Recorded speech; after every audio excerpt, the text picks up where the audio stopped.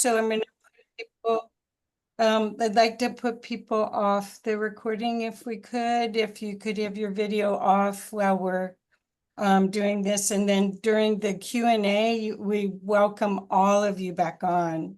Okay, so with that, let's get Julia here pinned to the top front. There we go.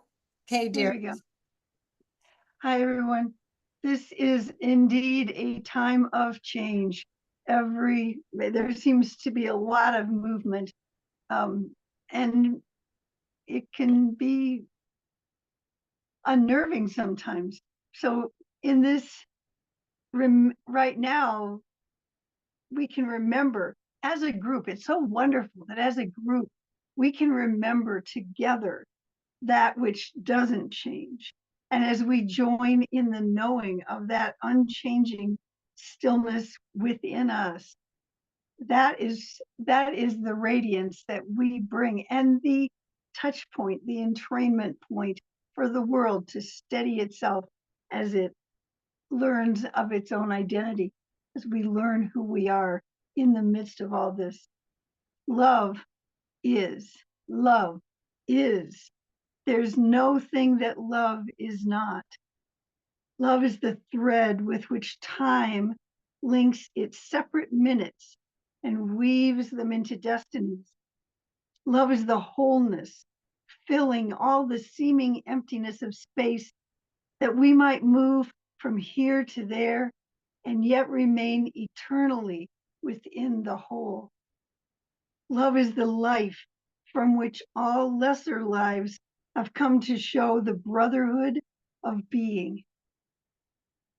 Love is the beginning from which all has sprung to manifest and then return unto its source in greater being than before. In the beginning, God spoke the word, and creation lived. The word of God is love.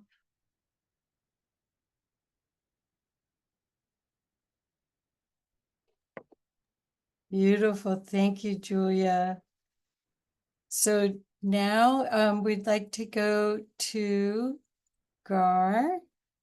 All right. And let's see if this works. Oh, good. It's always nice when the magic works. Okay, here is the month in review. Disclosure is just a mess. There's the military saying, nah, we don't even think UFOs are real. Whistleblowers are exposing their existence, reverse engineering, and much more. And the government is kind of caught in the middle of all this. So it's just kind of a mess as far as I was able to tell over the last couple of months. And then I looked at, the sun cycles, and what I found was a lot of continuous stuff we get from the sun is much lower than like in the 1960s. 1960s where it really peaked out. In here you see sun cycles from the early 1900s to the present.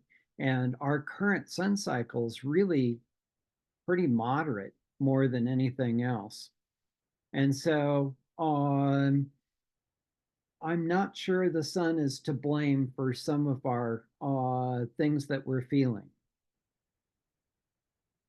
And finally, Elena Danan talked about the Olympics opening ceremony and said that there were some really strange things going on. And here's one of the pictures of the opening ceremony where they're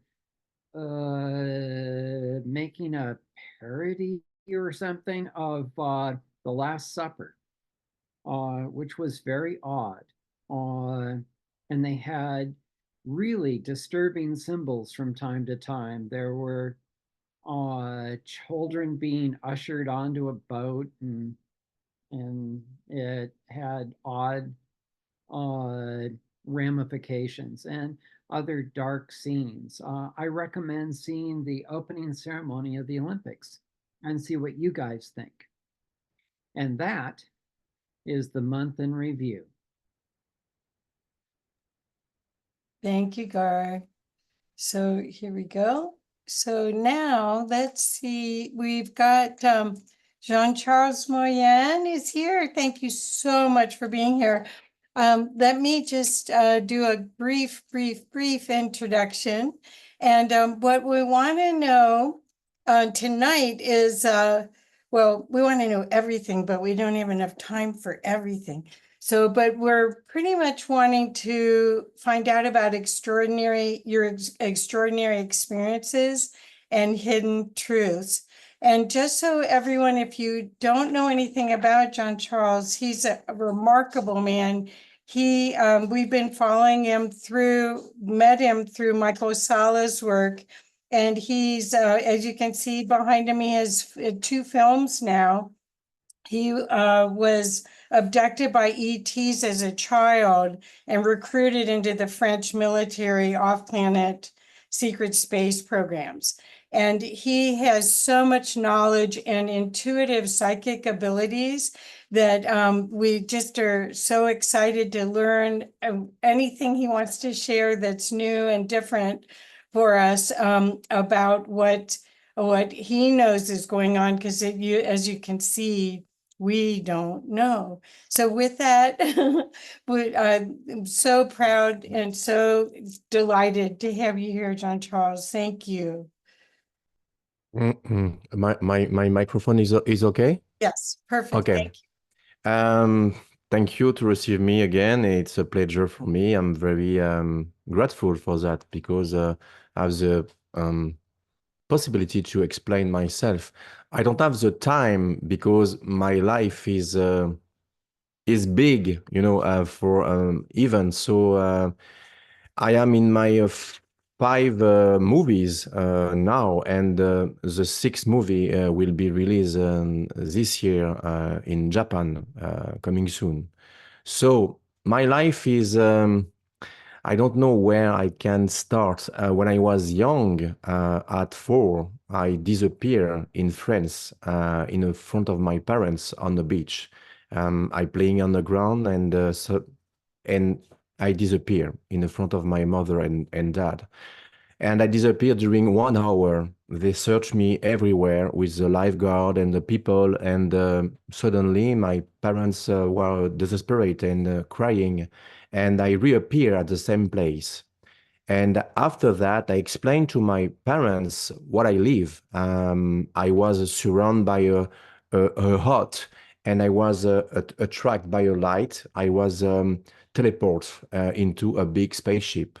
I was 4, and I was surrounded by a being of light, 4 being of light, and they checked my head at this moment. And at this moment, I don't know why they checked me, because I was, my destiny was right before I came to the earth, you know.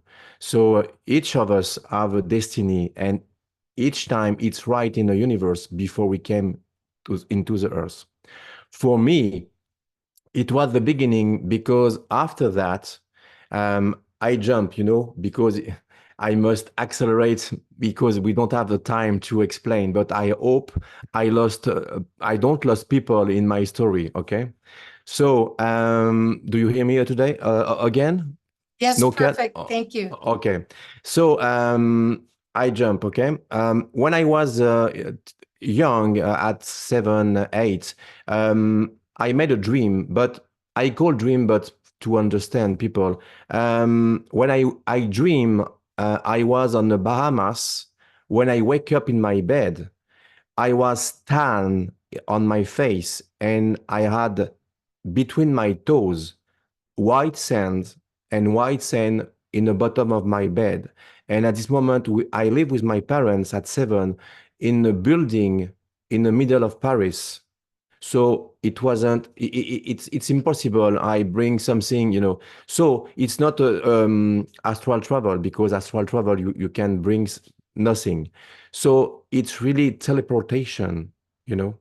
And the second times I was on the school during an exam, and during an exam I decided to go to the toilet because I was stressed. And I raised my hand and nobody saw me, and the teacher was frozen and each student was frozen. And I say, okay, I can go secretly to the toilet. And I opened the door. We were at the three floor, no windows. It was a little cube, you know. In France, it's a very old school. And suddenly, I was on the toilet, and my head turned. I felt a tingling into my body, and the lights off. And when I opened the light, I was in the toilet, but not the same toilet of the school. I was from a lot of kilometers of the school in the toilet of my parents' apartments. So it was really, a huge teleportation, really, not in my mind. And the director called my mom and say, your son is not here, and she must invent a story like I was sick and blah blah blah to protect myself. And they checked the toilet with the locksmith, with the guardian of the school, and there was lock inside, no windows, no escape, and we were at the 3rd floor. So I was really disappear. All my stuff was stay on my table, on my chair, with my ID card, with my keys, with my coat. Imagine, it was amazing, you know. And after that, I jumped. During my, I was 13. I was on a summer camp, and I had a big sunstroke over my head, and I was hospitalized. And during my hospitalization, they discover on the radio, because I have a lot of big headache, and it's not normal. I explained to the doctor, it's like a heartbeat, boom, boom, boom, boom, in my head. So they decide to make me an X-ray, and in an X-ray, they discover something like a tic-tac, a metal capsule, into my brain. They decide to put me in a room in observation during a few days. And in a night, the X-ray doctor came into my room, but with another person, a military guy. And I was on my bed. I was very dehydrated, and I lost consciousness, and I came back, and I lost consciousness. And I remember I tried to understand what they say about me, but I don't listen, because I don't understand, because the military guy spoken only German. That's weird. And in the night, I slept, and I was shake, and someone tell me, hurry up, hurry up. And it was a old guys, military guys with a white hair, and he said to me, hurry up, I don't want to miss the jump. Follow me. And I follow these guys because I trust him. You know, I'm a kid, and it's an adult. So maybe they decide to transfer me in another room because they discovered something wrong in my head. So I follow the guys, and we go into a big corridor. And in the bottom of the corridor, there is a big elevator. The doors open, and there was a guy dressed in black with an emblem. It was a red triangle on the chest with glasses. We enter inside the elevator, and we go down, go down, go down. And I say to myself, oh, it's not normal. We go down so deeply. It's not normal. And I began to stress. And when I stress, there is an interaction with electricity around me, and the light begin to pulsating. And the military guy say, don't worry, everything is okay. Trust me, you are in security, no problem, you are safe. And the light on. We arrive in the basement on the hospital, the doors open, but it wasn't the same door when we enter. It was like the metal separate, like a magic, you know. Parenthesis, the Japan invention, a metal was with no joint. It's a new invention. So It's important to clarify. There is something exists now, but it's new. New, you understand? So we arrived in a basement, and the dormitory guys say to me, go alone, it's finished for me, it's over. And I say, okay. Inside of me, I feel a powerful energy like, don't worry, everything is okay. Nothing can happen to you. I arrive in the table, and there is a woman say to me, put your hand in this little box. I put my hand, and I felt a light like a neon, you know, a photocopy. It was to analyze my DNA signature. And she gave me a suit, a black suit with an emblem, silver emblem, represents a horse with wing. It was a Pegasus. And she told me, go to this line. There was a different line, a girl and boy. And we were in lineup, and we go through a light like a portal. And we go through the light. I feel tingling, my head turn, and whoop, in a second, I was in another big space. And there is a lot of children with a gun, and they test our fear. And there was a military, and a lot of people was there with a dress in white like a doctor, and I recognized the same doctor. And I passed the test. Many failed, but not me. He made me a wave, and I came to the doctor, and he said to the military, this is the boy I told you. And he said to me, go to this room, a shadow room. I wasn't afraid, but something very strange in this room wait me. I enter in the room, and in the shadow, get out the shadow, a huge mantis with a big eyes. She's approached to me and put his big paw on my shoulder and say to me in telepathy, everything is okay, you have been chosen. And I collapse. I wake up in my bed, in my bed in the hospital, and I say, what's happened? What's happened? And I lost consciousness. I was wake up suddenly by a horn, a klaxon. And I was sat with my bag into the bus to get out and go to the summer camp. And I say, oh my God, how get out? I remember nothing. You know, there is a time, there is a hole in my time, you know, disappear. So I say, okay, when I enter to the summer camp, I explain to my friend what's happened. They mock me. I was very sad. And I decide to get out the chalet through the window to go to the a big field near the chalet in the night. And I was sat down, and I was sat, and I raise my head to the stars, and I say, I don't want to be here anymore. Come and get me.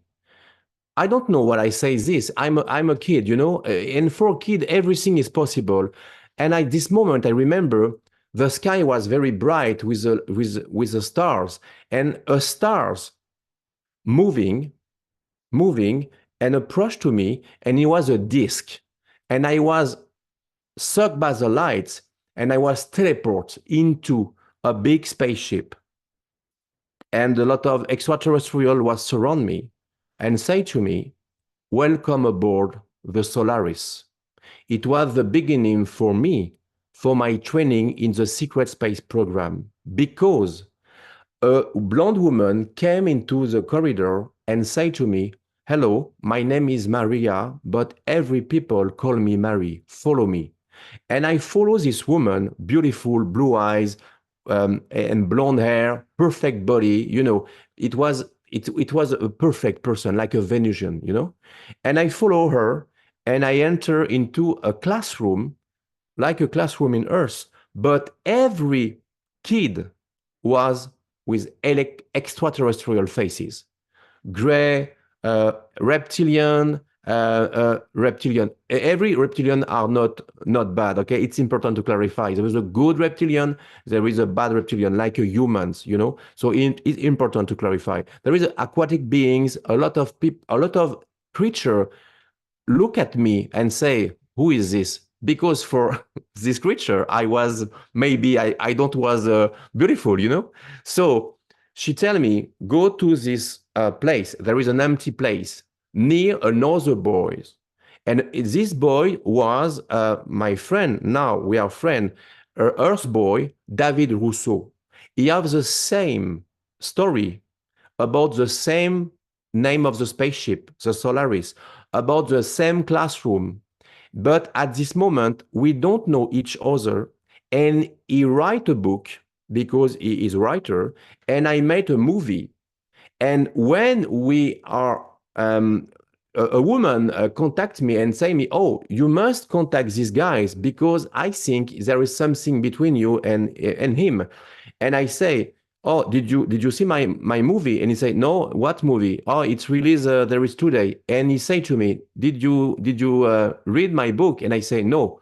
And we decide to exchange, but it was released at the same moment, and it was the same detail, the same blonde girl, the same name, Maria, the same school, the same training. And I talk to you, but I have a chill each time I explain this, because it's how many chance you have the same experience with the guys live in France, me live in Canada. We don't know each other, and we have the same detail. And after that, we grow together during a lot of years training. It was two parts. My first training was when I was a kid and teenager. And after that, I came back through the timeline. It's important because some people don't understand. The time, the past, the present, and the future are the same. Because when I expose now, it's present. And now this is past because I spoke, everything. So they can, with the technology, bring us to the line. For you, I spend 1 hour, disappear, really. But for me, it was a lot of years in space. The time in space is not the same like in Earth. People say, "Oh, you disappear 5 years and your parents don't understand and don't ask a question." No, because for me, I really disappear 1 hour on the beach, and I disappear when I was on the summer camp. A lot of hour in night. When I go through the chalet, I not disappear just 1 hour, And very important, I met a friend a lot of years after I was adult, and I worked to archive of the work of my a bank of my mom. Okay, she was my first job, and I met a lot of friends. They grow adult, and we work to the job of parents. And okay, it's a first job. And he tell me, "Jean-Charles, I want to share something very important for me." And I say, in the corridor, and I say, "What do you want?" And he said, "Remember the times when we was in a hospital and a lot of people mock you?" And I say, "Yeah, I remember. I don't forget that." And he said to me, the time when we get out the chalet, yes, I follow you." And I say, "What do you say?" "I follow you because I was afraid you do a mistake or you was very sad. So I was very afraid. So I follow you discreetly, and I was sat on the ground, and I check you like this." And you was on the ground, and you look the sky, and everything was okay. Okay, and something very traumatized me happened, and I say, "What?" "I saw the star moving, and a disc teleport you in the front of me." I was afraid. I run into the chalet, and I close the windows and I take a chair with my bed behind the door. No one can enter, okay? And I was like this in the front of your bed, empty. Your bed was empty. And at 3 o'clock, I was exhausted and I slept. But I was into the wall with my bed. No issue, no, you can go into, okay? When I opened my eyes at 5 or 6, you were into your bed. But it's impossible. And I say, did you tell me this 12 years after? Yes, I'm so sorry. And I never see these guys after, because he was very traumatized. But can you imagine, he testimony and he confirmed everything happened really, you know? So this is a part of my life, because after that, when I was adult, I go to my military services. It's in France. You must do at this moment, not now, it's finished, but at this moment, there is a lot of years, you must do to the military services. And I was in the commando parachutist section. And during my training, I was on the test for different specialty, because I'm a special martial arts. And during a training, I was injured, a big injury on my shoulder, and I was hospitalized in French military hospital. And during this military hospitalization, I lived another things in the hospital, in the basement of the hospital. I discover there is something, secret base in the basement, and they take and bring some soldier, and they put through a portal and recruited from a secret space program. And I was in this secret space program, but adult.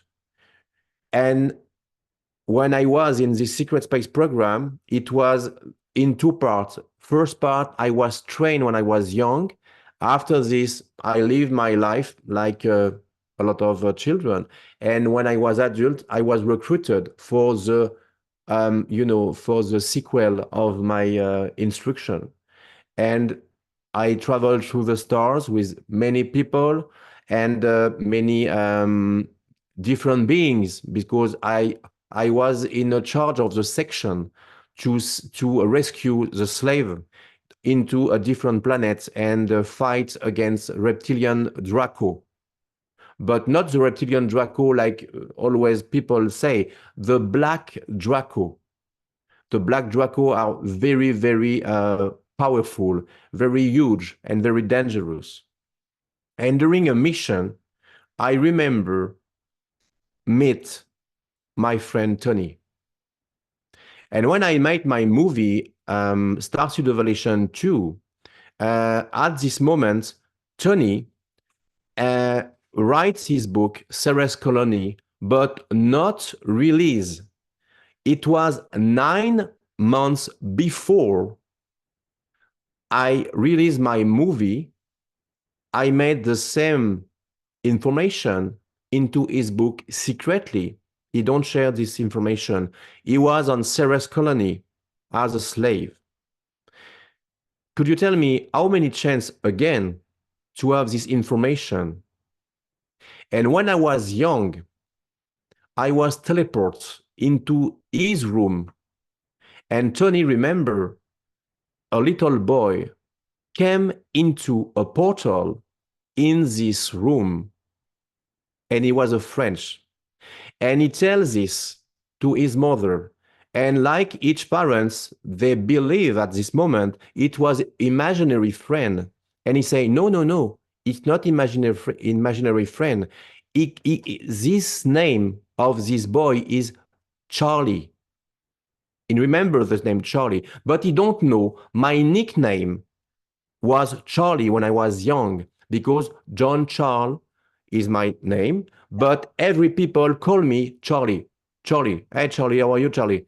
And I sent to my friend Tony an email, prove it this in French, and he can testimony that, yes, it was, hey, Charlie, how are you? How is your life in Canada? So how many chance again to have this same detail? And when I saw Tony for the first time of my life, we were crying together because we recognized each other.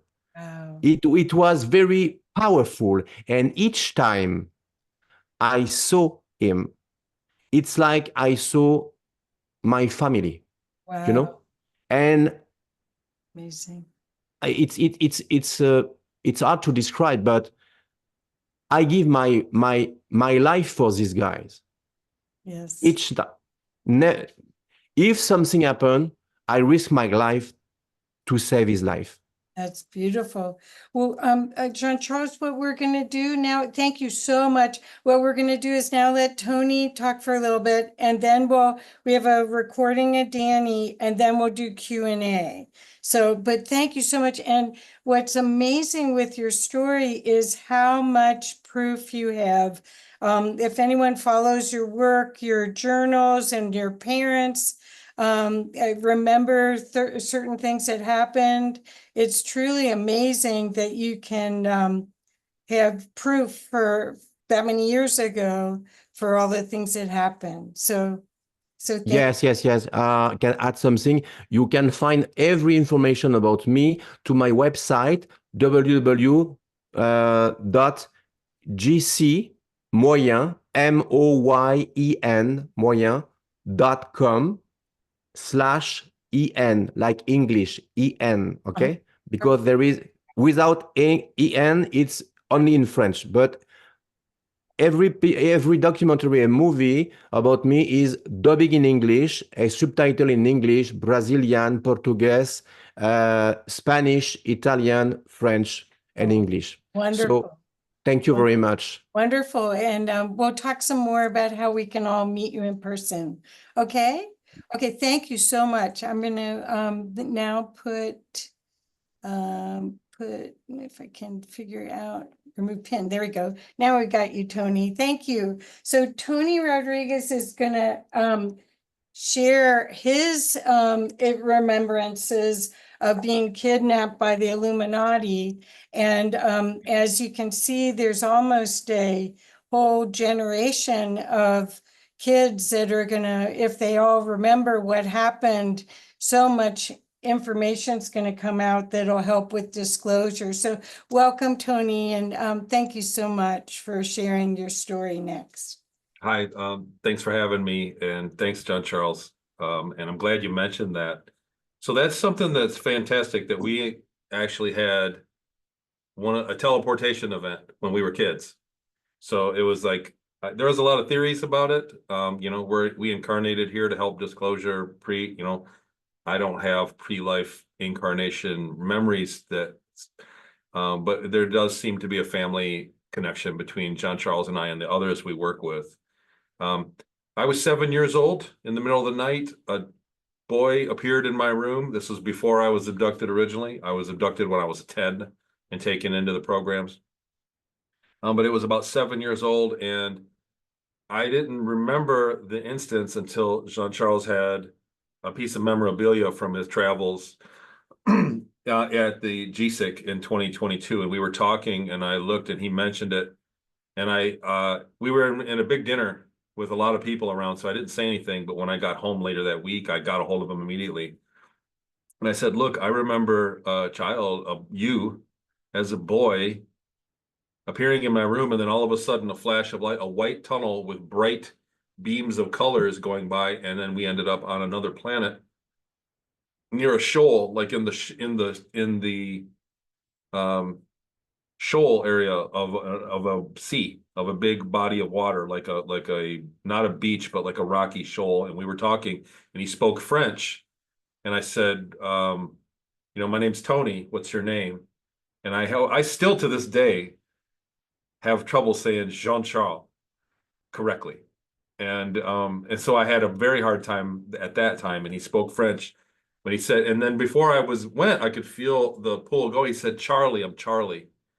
And it happened for a couple consecutive nights. And then I remember, he may not remember, but I remember in that same time frame that him as an adult and another personnel from the space program appeared, and they were marking me or doing something because they knew I was going to be taken, because there was a temporal rift still in my room from the abduction event that was about to happen. I went to school with somebody that identified as the son of an Illuminati in 1982. And in April, about April 15th of 1982, I was abducted by ETs and put into a 20-year program. I woke up in Southern California in an advanced remote viewing and psychoenergetics research program, which is the substance of my third book. I went from there to be an operational psychic in drug smuggling from Porto to Huantansuyo, Peru to Santa Marta, Colombia. They were shipments of cocaine paste, and they would drug me, and I would give them like remote viewing or psychic knowledge of if the coast was clear, if the weather was good, if they were on course or not. And that was part of this drug smuggling. I've sadly been able to find a great deal of evidence around that, the memories that I recall. But then I was taken to, when I lost that ability right around puberty, I was moved to Seattle for a few years. And, you know, I'll spare you the details of that. It's in the substance of my first book. Series Colony Cavalier tells the entire 20 years, basically. And then I was shipped off into the secret space program right around the age of 16. So that would have been 86, right around the end of 86. And shipped to the moon and then to Mars in an experimental soldier program that was canceled. I was retrained and became ship maintenance and shipped off to something called the Series Colony Corporation, which is inhabited by people that identify as the Deutsch culture, not strictly Germans, but the Deutsch culture of Northern Europe, the northern part of Europe. And they were a breakaway civilization from post-World War II or right around World War II. And I was a personnel there. I belonged to them, and I did ship maintenance for the better part of 8 years on a smaller ship. I believe it was a couple submarines welded together. And that ship was eventually decommissioned, and I was promoted to cargo engineer and had a kind of a wide berth. I was actually able to participate in the society and travel around the colony. At that point, I got a paycheck, and I was a cargo engineer and worked on a interstellar craft for the Series Colony Corporation for my last 3 years or so when I was up there. And we did trade missions throughout the galaxy to Earth inside the solar system. There are many colonies inside the solar system. There's great infrastructure inside the solar system and beyond. And we did business. There's a very well-developed and well-established trade system between species throughout the galaxy and beyond. We had access to 18 nearby galaxies. And we went throughout the galaxy and back again at the end of the day. So we didn't sleep on our ship and fly for a long time. We would leave in the morning and come home in the morning. So the ship could travel time as well as space, and we would appear right back at the same time. It's a tall tale. I know if somebody's hearing that for the first time, especially coming on the tail end of what Jean-Charles just said. I know it's a lot to get your head around. And I don't say it lightly. I don't say these things lightly. I got my memories back. They put me back the same night. Basically, I woke up April 16th, 1982, back in my 10-year-old body. I was completely disoriented. Felt like it had been 20 years, but I didn't have memory of what happened. And I went back about my life, and I was basically shattered. In May of 2015, in April, the end of April of 2015, I got an MRI scan on my head. And about 10 days later, in May of 15, I had a memory recall event. And I just remembered big chunks of memories. All years and years of that time came back to me. And I began to research it. And lo and behold, I found the town in Peru. I found the airport in Santa Marta, Colombia, exactly how I remembered it. I found the place in Inyokern where I went through the training. Recently, I found the money trail for the training in Inyokern. The personnel, how I remember. Personnel have remembered me and contacted me from that program. So to the people watching, to the government people watching, I'm not the only one that remembers it. From there to Seattle, I found the house on Seattle. I've traveled there twice. I knew my way around the Seattle area without ever having visited there. I have witnesses that say I've never been there, and I have witnesses that went with me to Seattle and knew that I could navigate the roads without maps. So everything was exactly how I remembered it. I also remembered the bright spots on Ceres being salt deposits. I went on record in 2016 with that, and NASA had the Dawn probe in high orbit and said that the salt spots were probably sulfur and not salt. And I was asked by Dr. Michael Salla if I wanted to retract my statement. I said, absolutely not. If there's one thing I remember of my time up there, that is salt. It's a little bit of magnesium and salt. It's a geyser that goes off randomly between every 6 and 9 years. And the water evaporates and the salt snows back down, and that's what those deposits are. August 20th of 2020, NASA had put the Dawn probe in a lower orbit and had a conclusive analysis and confirmed that it was briny salt. So that's supporting evidence, smoking gun, maybe not, but it's definitely supporting evidence. And I stuck to my guns about that. And I said, absolutely not. I don't care what they tell me. I don't care what they tell us. I know it's salt. If that was one thing I remember, and it panned out. So I've had a host of memories pan out. Personnel that were involved with the Grow Flame program, the dates of the program that I was in, and the location and the methods of the program I was in, with advanced remote viewing technologies and out-of-body technologies in conjunction with the Monroe Institute, which I clearly remember the binaurals in that system. And I have paperwork to prove that Robert Monroe and the Monroe Institute were given security clearance and functional access, as well as paychecks in 1979 to participate in the program that lasted all the way into the late 80s. So I have all the paperwork behind that. I'm trying to think of anything else I can go ahead, but so it seems like if Jean-Charles and I had contact prior to me being taken, and we are doing what we are doing today, which we've both been at it for many years now, is trying to disclose to people what's really going on there. And, I want to remark on what you said earlier. Firstly, it was a beautiful opening for this group. It was impressive, but how you were saying that disclosure is a mess, that they're trying to sweep it under the rug. There are definitely two forces at work behind the scenes. One force that wants to disclose everything to humanity and give us kind of a freedom of information of what's going on. And another group that wants to remain silent, wants us to remain in the dark and essentially just be prisoners here. And so they are competing, and we are seeing their warfare play out behind the scenes, if you understand what the information we're giving to you. So we've come forward with overlapping testimony, with separate. Jean-Charles has a great deal of evidence. If you watched any of his movies or any of his testimony, he's had scientific evidence a mile deep there. That tape cassette is dated from many years ago, before anybody uttered anything about the secret space program. He's got scientific testimony. I've got a great deal. I've got paper trails. I've got witnesses. So the secret space program is a reality, and this explains a lot of what goes on behind the scenes politically, with the military, and with extraterrestrial contact and contactees and abductees. And it marries the whole thing together, but they are definitely trying to silence us now. So there's a great deal of censorship. There's a great effort to make us go away. And it's just that much more important that we tell our story. So I don't know what else. If there's anything else you want me to cover, I mean, there's a lot. There's 20 years. Well, 20 years of things. You have another 10 minutes if you'd like. Okay, So- may I add something very shortly? Oh, sure.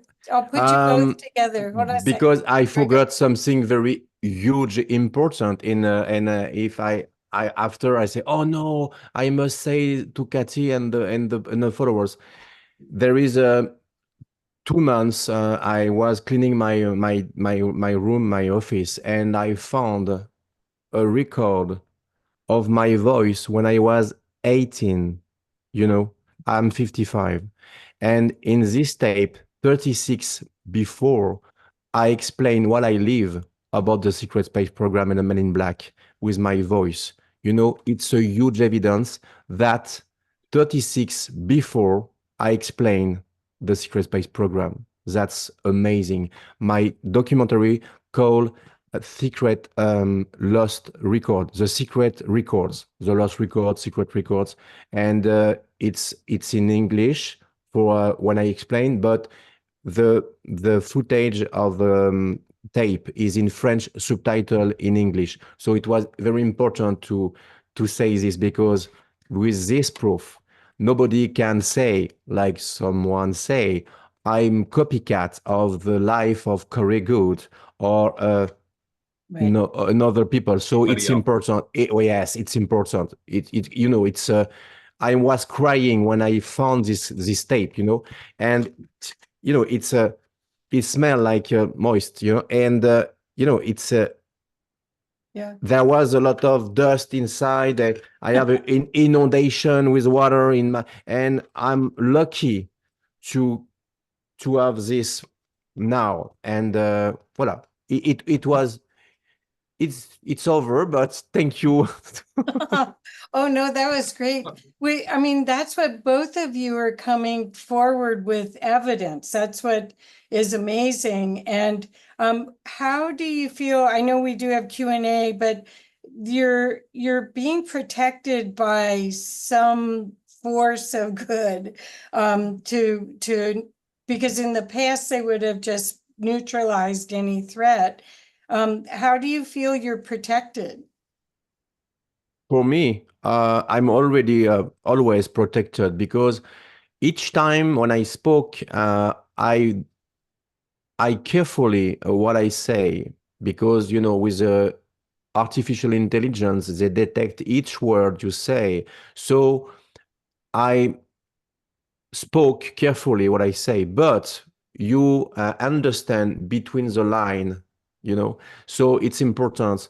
For me, I don't feel threatened now because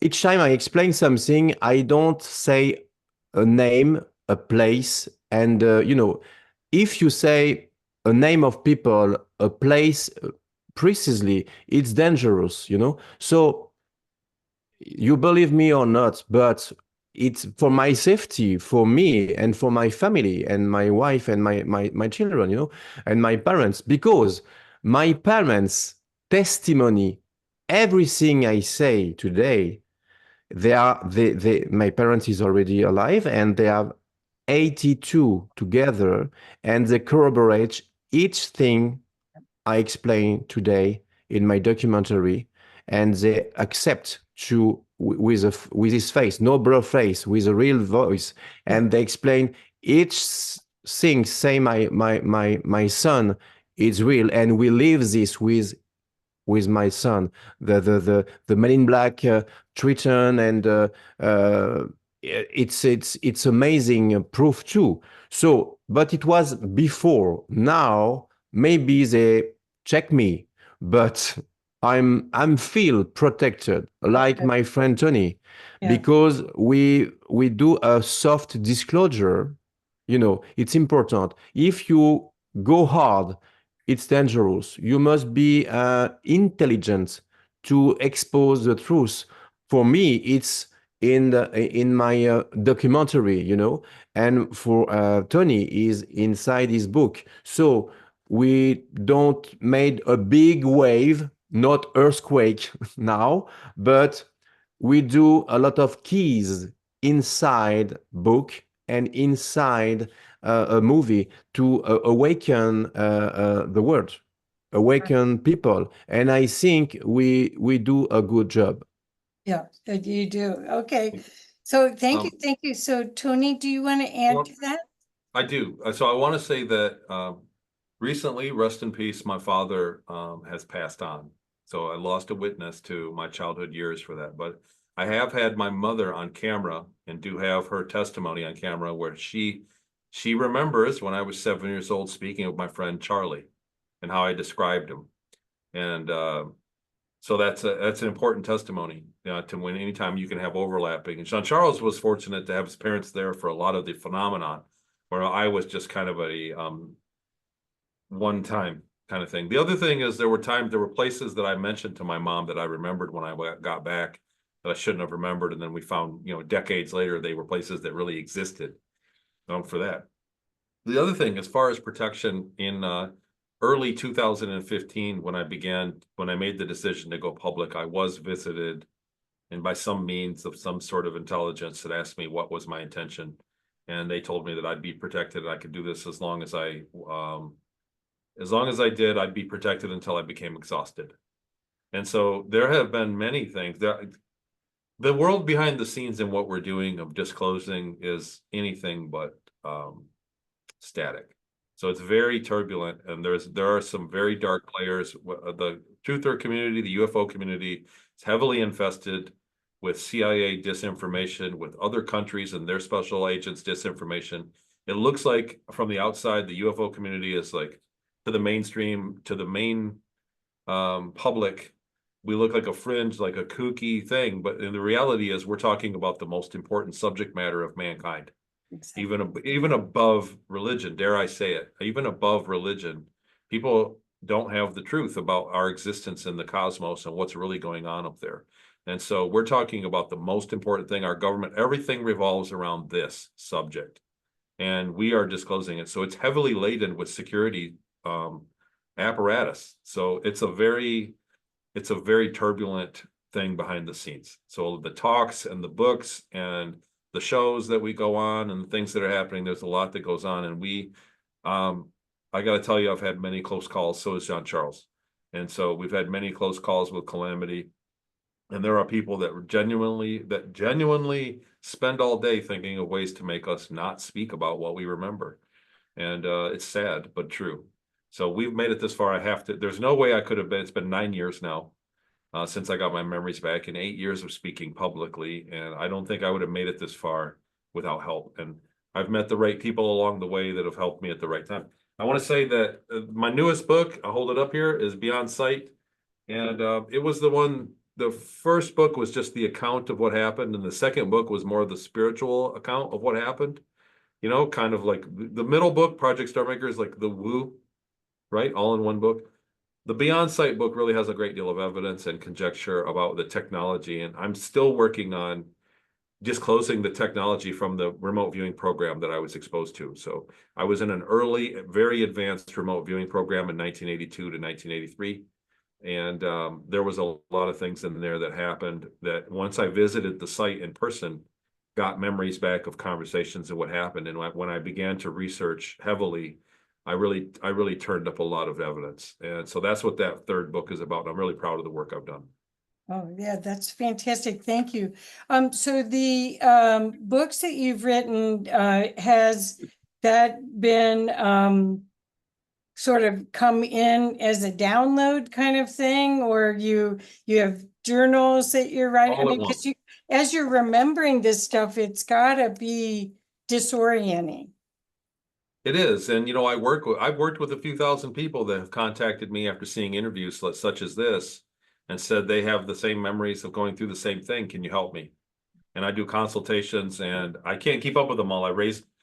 First, I did them for free for years, and then I started charging, and now I raised the price. I just can't keep up with them all. Like, it's literally that common. Wow. And during that, I learned the value of timelining, taking all your memories and putting them with an address of time when they happened. And I've always had a linear account, but my first book, Series Colony Cavalier, basically all those memories came to me in the space of 3 days in big chunks of memories where I went, oh God, that happened. Oh my God. And I had bits and pieces my whole life of bleed through memory. It didn't make sense, but they all became, about 10 days after the MRI. And when I went online and began to look for, imagine waking up one day and knowing your way around a town in the world that you never knew existed. Some town, McBain, Michigan is a small town that lives nearby me. I bet most of you don't know anything about McBain, Michigan. But imagine tomorrow morning if you woke up and you had memories of living there for 2 years in a 20 and back, and then you went online and saw, oh my God, there it is. There's the windmill. There's the farmhouse. It's exactly what I remember. Oh my God, what do I do with this? That was the experience. That's what happened. I woke up one day and I remembered a home in Seattle. I remembered the pool, the barn, the yard, the fence, the gate, the nearby store, the post office. And then I remembered living in Peru, all in the same breath, 2 years in Peru, the fishing holes, the nearby town, the trip, the gold mine, all of it. And then I went on Google Earth and it was there. And I thought, oh God, I'm in deep trouble. What do I do with this? And I at the time I was working, my kids were younger. I had 3 daughters at home and my wife, and I didn't know what to do with this. And I thought, I need counseling. And I got in the book, in the phone book, I was going to call a counselor. And I thought, they're just going to medicate me and not help. And I ended up talking to researchers, and one of them was Dr. Michael Sala. And that began the whole thing of me disclosing the information. And I told the story first without making an alias or without trying to delete the really hard to swallow, the really hard to handle traumatic parts of my story. It was very traumatic. If you read my first book, be advised, it's not an easy read. It's actually quite brutal. I was very badly abused during my time.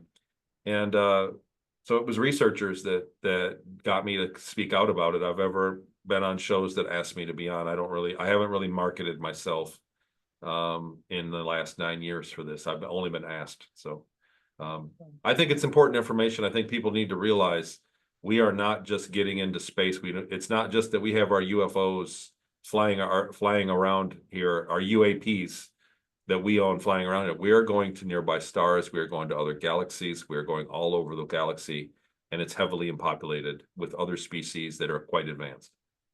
Wonderful, wonderful. So I want to now, I'm going to put myself on here.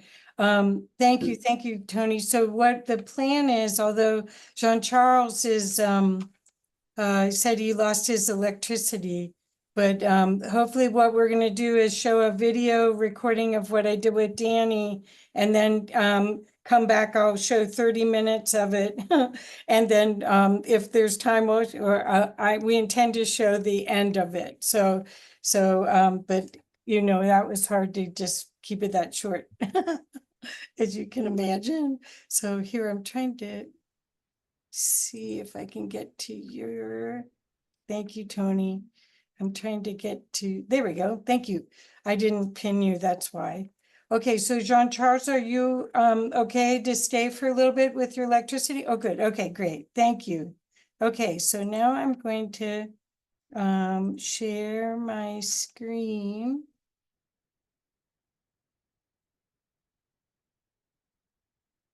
Here we go.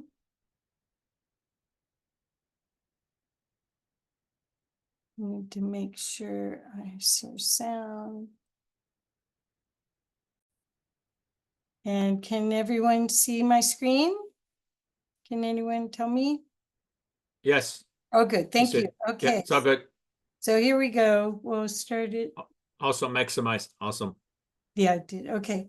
Here we go. Periodicals about what's really going on and how we can really help with the disclosure and the exopolitics that is happening without the government, just from us. So Dani, what I'd love to start with is, could you tell us a little bit about you and how you got involved with all of this? Thank you so much, Kathy. And I'm so excited to reach out to the Boulder, Colorado community so that they can be aware of our great conference and come and see the best speakers and the best things happening in disclosure on the planet. And as you rightly said, minus the government. But there'll be the odd CIA, FBI asshat in there. But, you know, is going to report back on Monday morning. But I think that if people want to know anything about me, the best thing to do is to get my book. I wrote a book of my experiences because so many people, Kathy, recognize themselves in their angel, demon, and alien experiences. And anyone that says, oh, aliens and demons, they're the same. No, they're not. Absolutely not. All that does, Kathy, tells me when someone says aliens and demons are the same. Now, they mimic, demons can mimic being aliens. Aliens can mimic being demons. They also try to mimic being angels. But the fact is that they are three different species, different frequency, quantifiable, different energy. And when someone says they're not, that tells me they've never had an experience with a real one, or they've probably never seen it, or there is a religion that owns them, which is a lot of the case for a lot of people. But I do recommend this book, Angels, Demons, and Aliens, because it starts with my first ever memory, because I'm very clairvoyant, came into the world clairvoyant. And my first experience is sitting in my crib as I'm being put in a sitting position by the most beatific alien being I ever saw.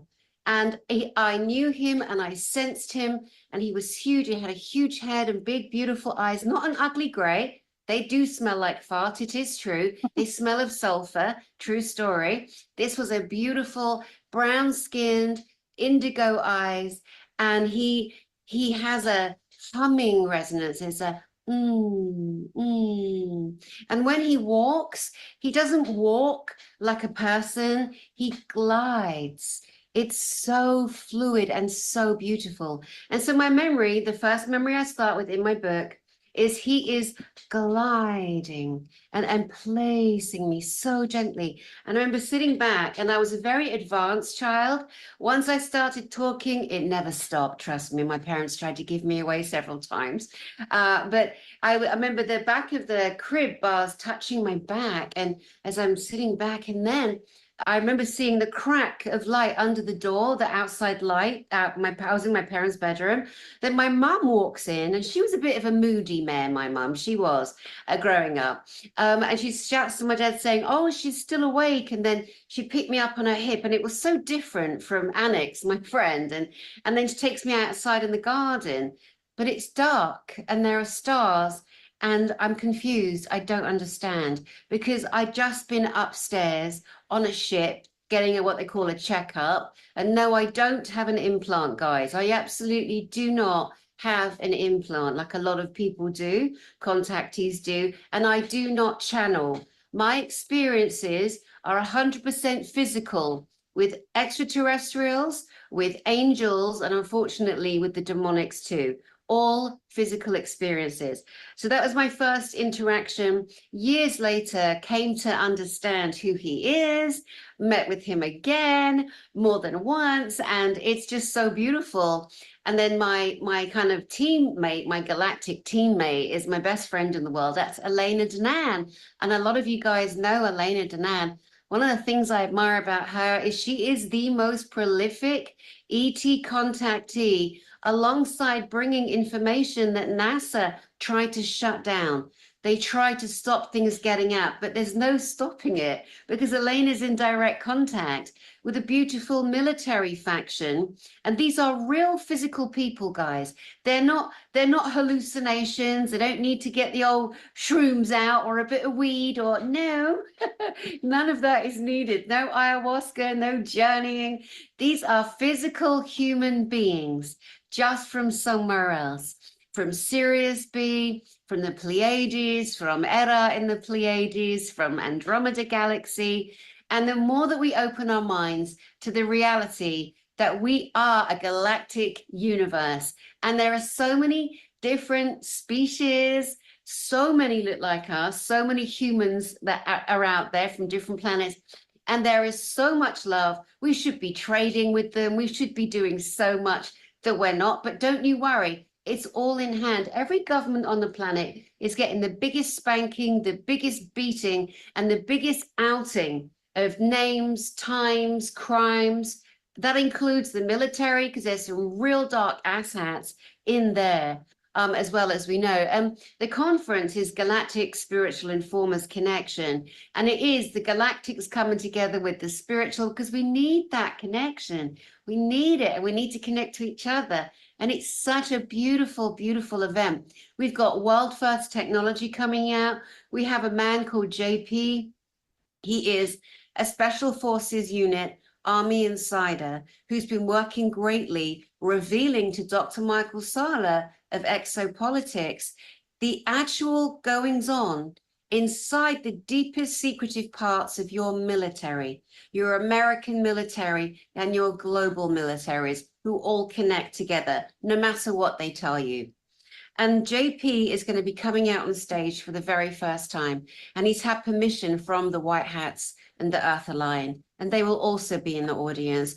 Every year, we have so many spacecraft, not the ones the military reverse engineered, not the fake anti-grav ones, like, oh, look, it's a UFO. No, it's some silly ass bloke in a military uniform flying a anti-grav reverse engineered craft. That's what that is. But we're bringing you the real craft, the Galactic Federation of Worlds, who are these multicultural other humans from different parts of our galaxy and solar system, are going to fly their real off-planet craft, the anti-grav craft, and they are going to be putting on a beautiful display every night in the sky for us. So I'm going to stop talking there, Kathy, because I get so excited talking about our conference and inviting everyone to come to it. So I'm sure you have a question for me. Let me see if I can get us back. There we go, gallery.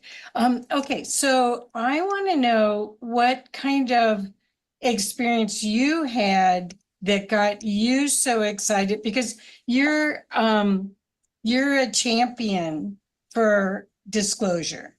I mean, you're not passively going, oh yeah, I did that, and having a little group that meets once a week or once a month. You're actually out there promoting it, and you have a little bit of a risk to you to do that. So you must have been on assignment, or something happened that fired you up to do this event, do your YouTube channel. Could you share anything that was the impetus for your crusade? It was a knowing. There was always a knowing, and there was always a recognition of ridiculous people lying about their non-happening ET connections, lying about their truth of the universe. And, you know, lies have a frequency. And when people talk, I can see colors come out of them, sounds come out of them. I'm a dodgy mare. You'll be very hard pressed to get your BS past me. I just came in that way. And then over the last, I guess, 6, 7, 8 years, because I met Alex Collier first, and it was a reconnection, a remembering, a recognizing. And then one by one, we all found each other again. Elena Danan, Alex Collier, Dr. Michael Sala, Jean-Charles Moyen, Melanie Charret, JP, Dan Willis, Nikki Allen, Jerry Wills.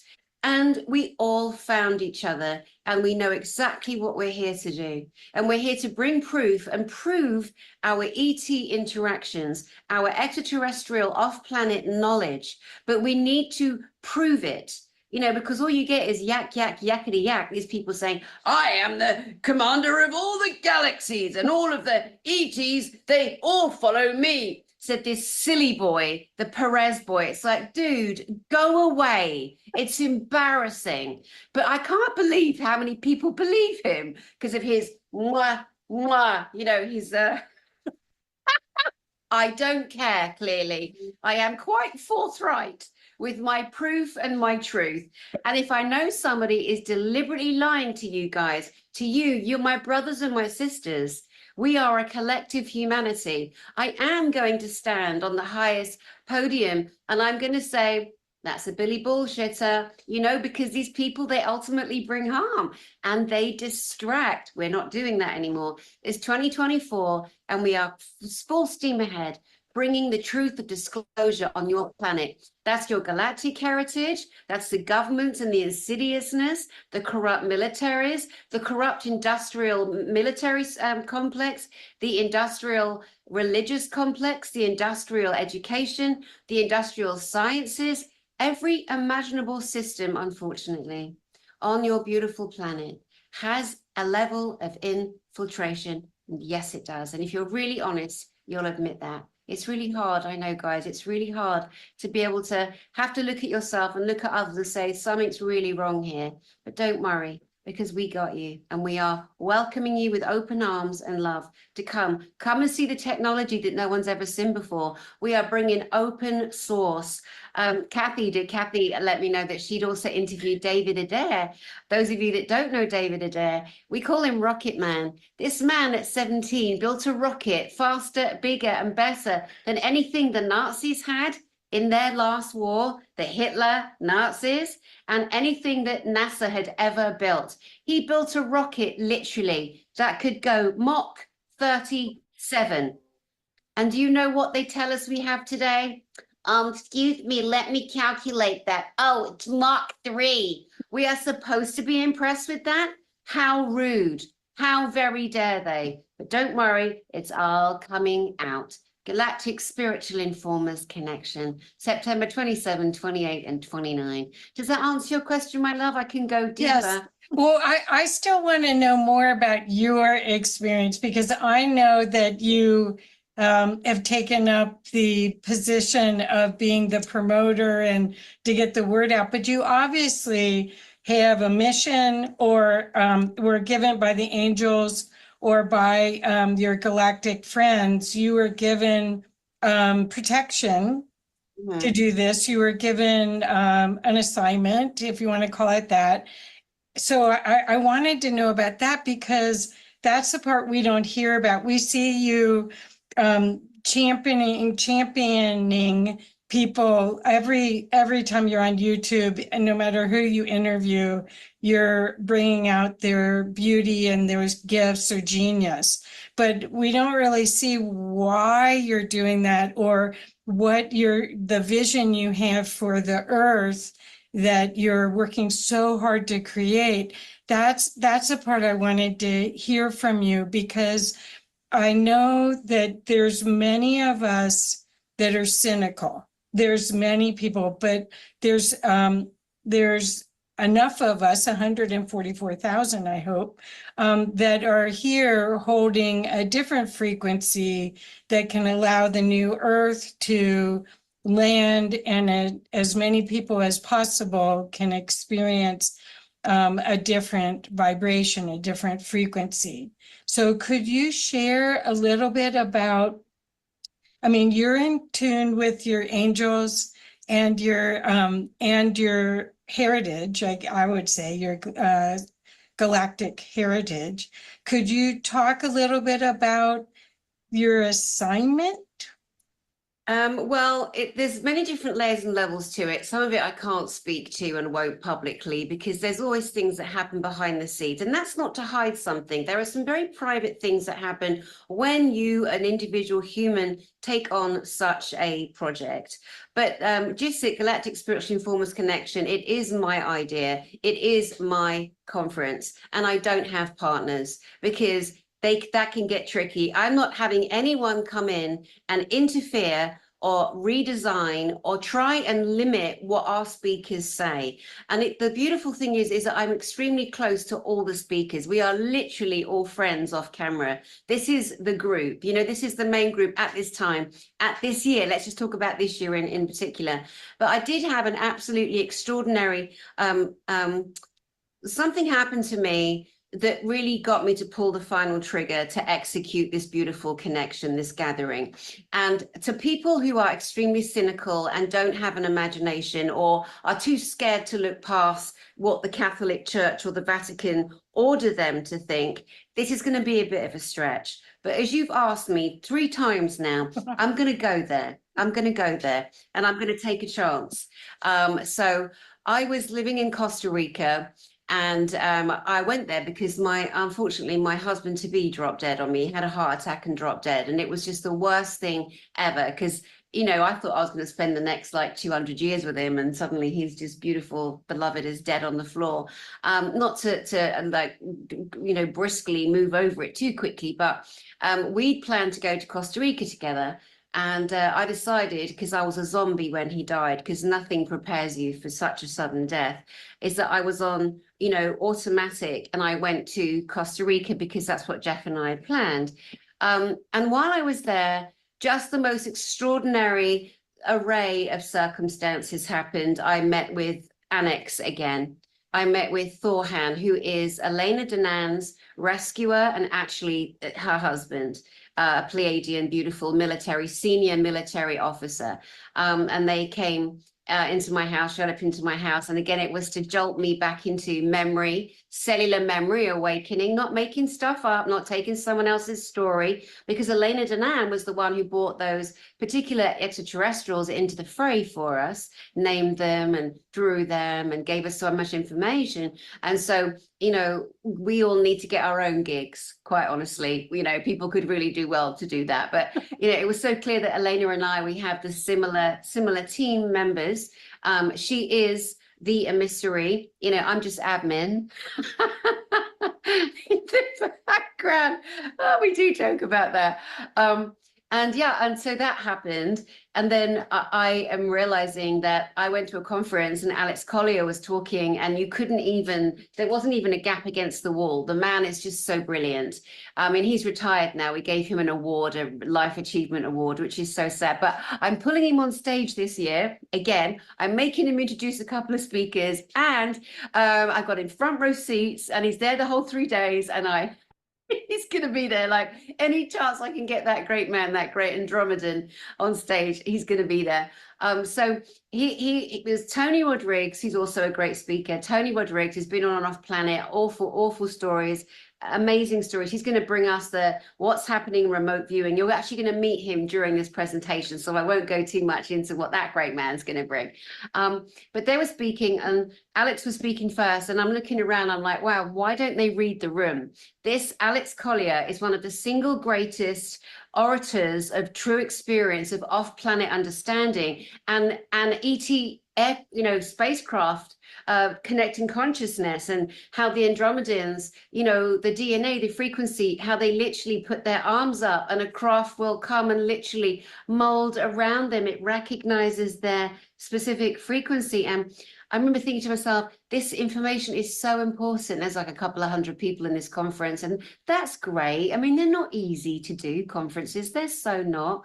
And I thought, oh my goodness. So I sat them down and I said, listen, I've never done this before, but I can lay a table, but I can't cook.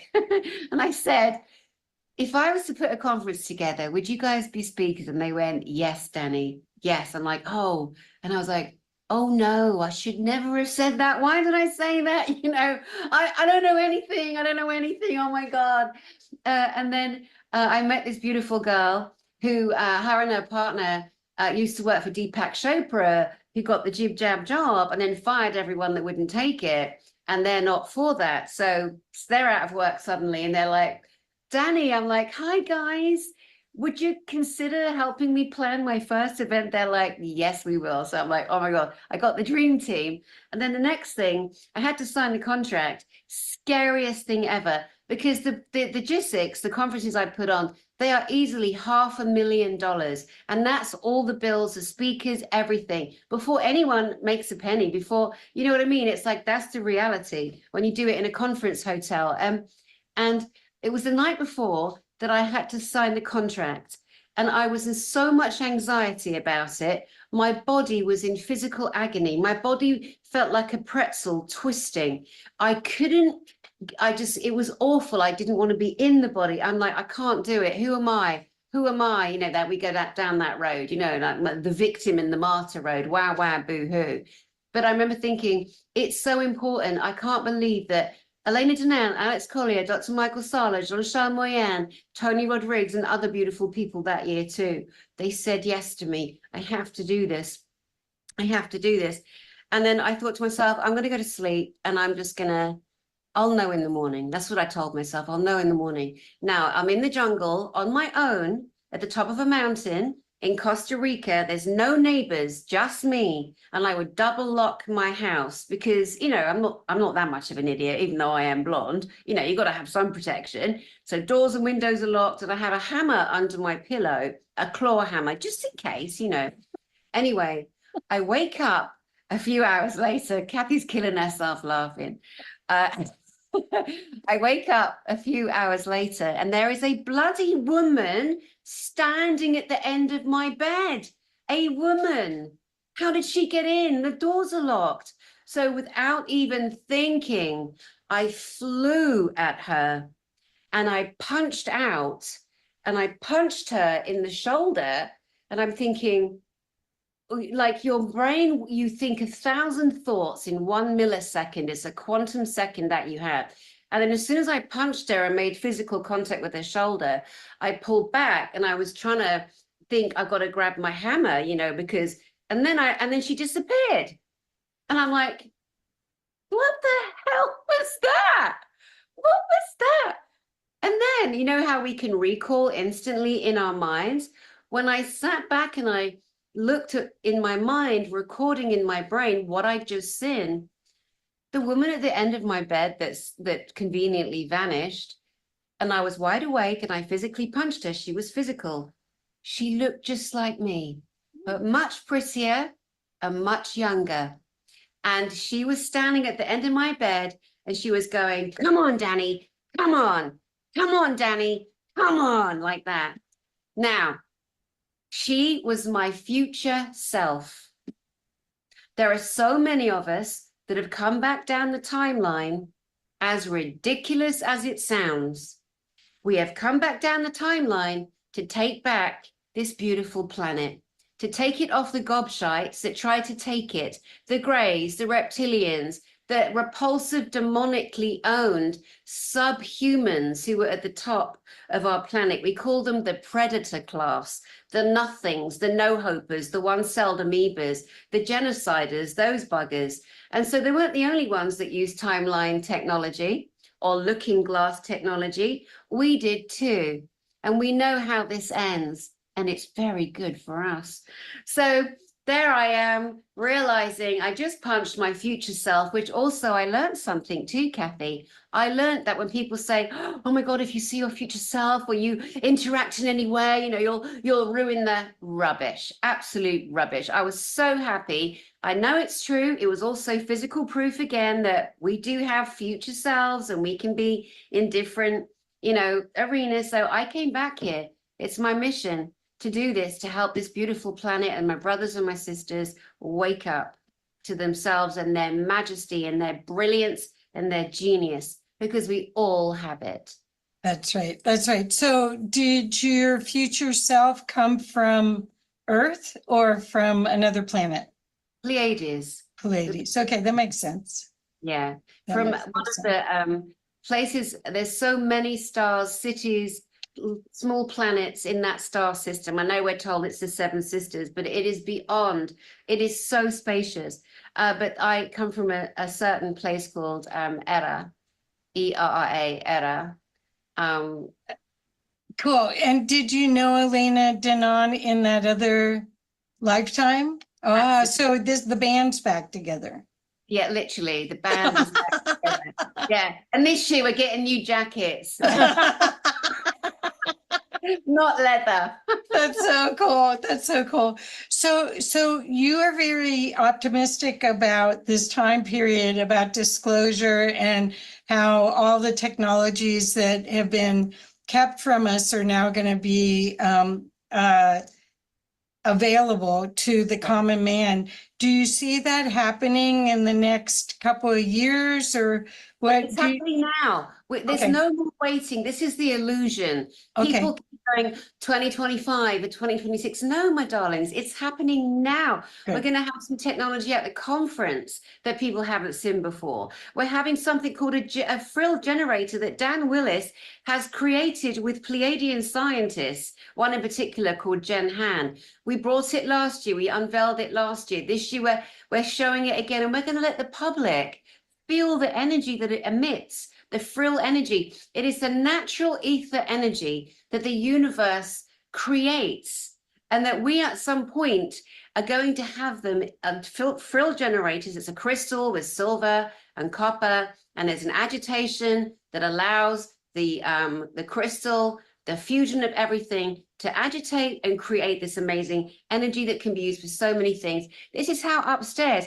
in my house upstairs, this is what we use, you know, and it's free energy, open source. We should never have paid a single electric bill, a heating bill. It is so shameful and shocking. I'm telling you, all those arse-wipes that have ruined our lives and harmed and hurt us so much, they know what time it is, and none of them. And the multi-gazillionaires, they think they can get off planet with their anti-grav machinery. No, they're going to be caught, captured. They can't go into their gigantic underground bunkers they've spent trillions on, because no one's going to cover them up anymore. And Satan is not their friend. Their favorite person, Satan, not their friend. So it's going to be really, really amazing and beautiful. Yeah, no, the technology is here, Kathy. It's open source. We're all having it. Mm-hmm. Okay, I have another question for you.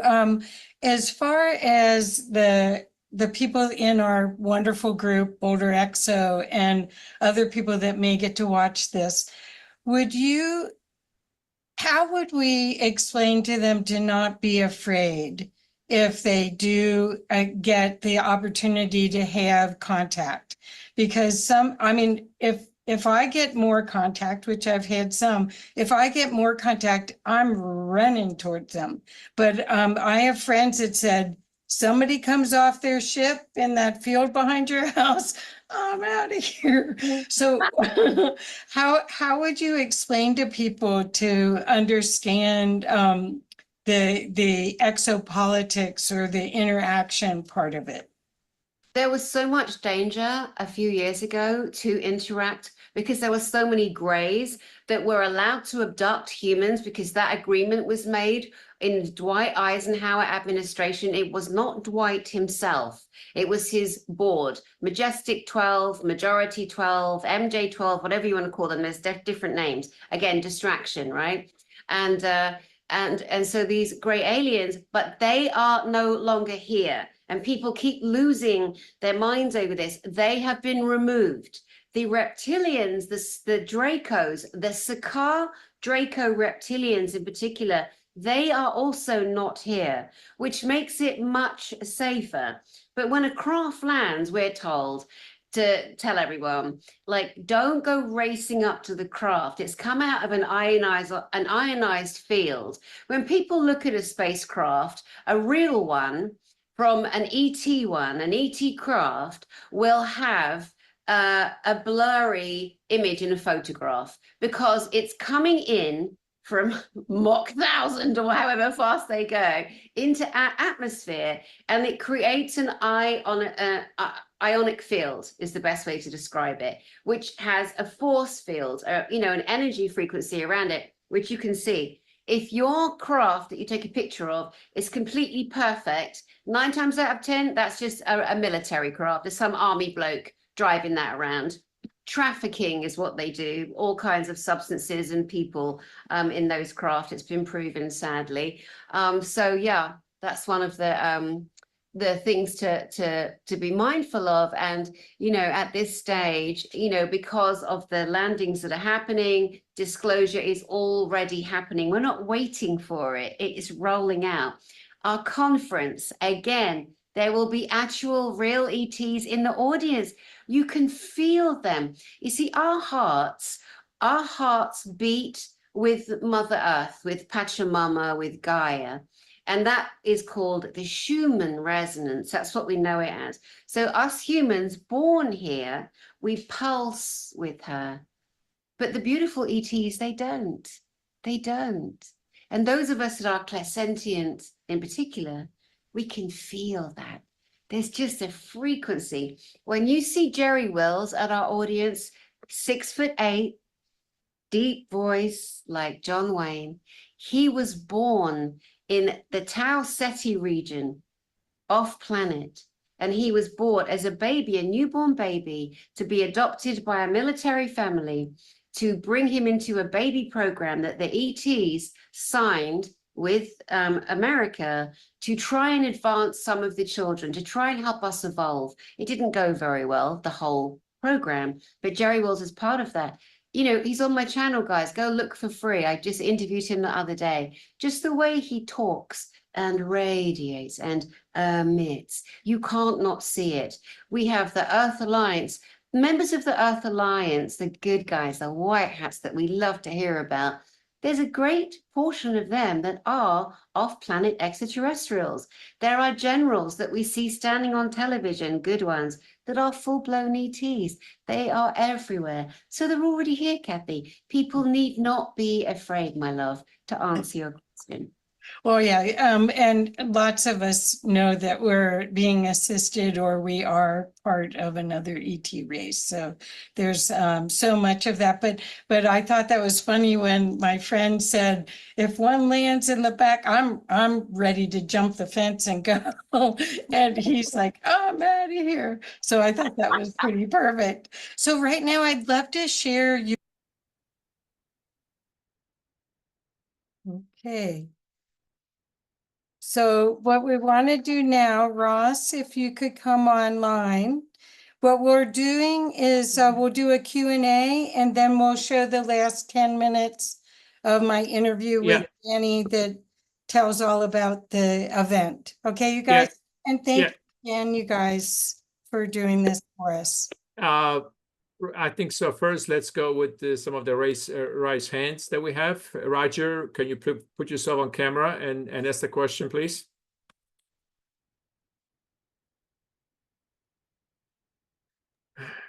How do I get myself on the camera? It won't let me. Yeah. Interesting. It says the host has stopped me. Oh. So Let's see. I fixed it. Okay. I had to All do right. that with several people. Okay. okay, am I on camera Yeah, now? you are. Okay. Well, I'd like to share a number of things because particularly the comments from John, Charles, and Tony. I have other information that correlates with what they were talking about. I'm going to share a link in the chat for that. There are people, some of you may have heard of Penny Kelly. Does that name ring a bell with anybody? Yeah. At any rate, she was actually born into a family here in Michigan quite a few years, about 70 odd years ago, but she's from the Pleiades. And she had an experience, and you'll see it in the link I'll share in a little bit, but she wrote a book called The Evolving Human, a true story of awakened Kundalini. And once she had that awakening, she knew a lot of things. She had incredible psychic abilities. She traveled all over the universe and all kinds of things. So a lot of things that Tony and Jean-Charles were talking about correlate with information I'm already aware of. And I actually know her. I've taken a number of classes from her.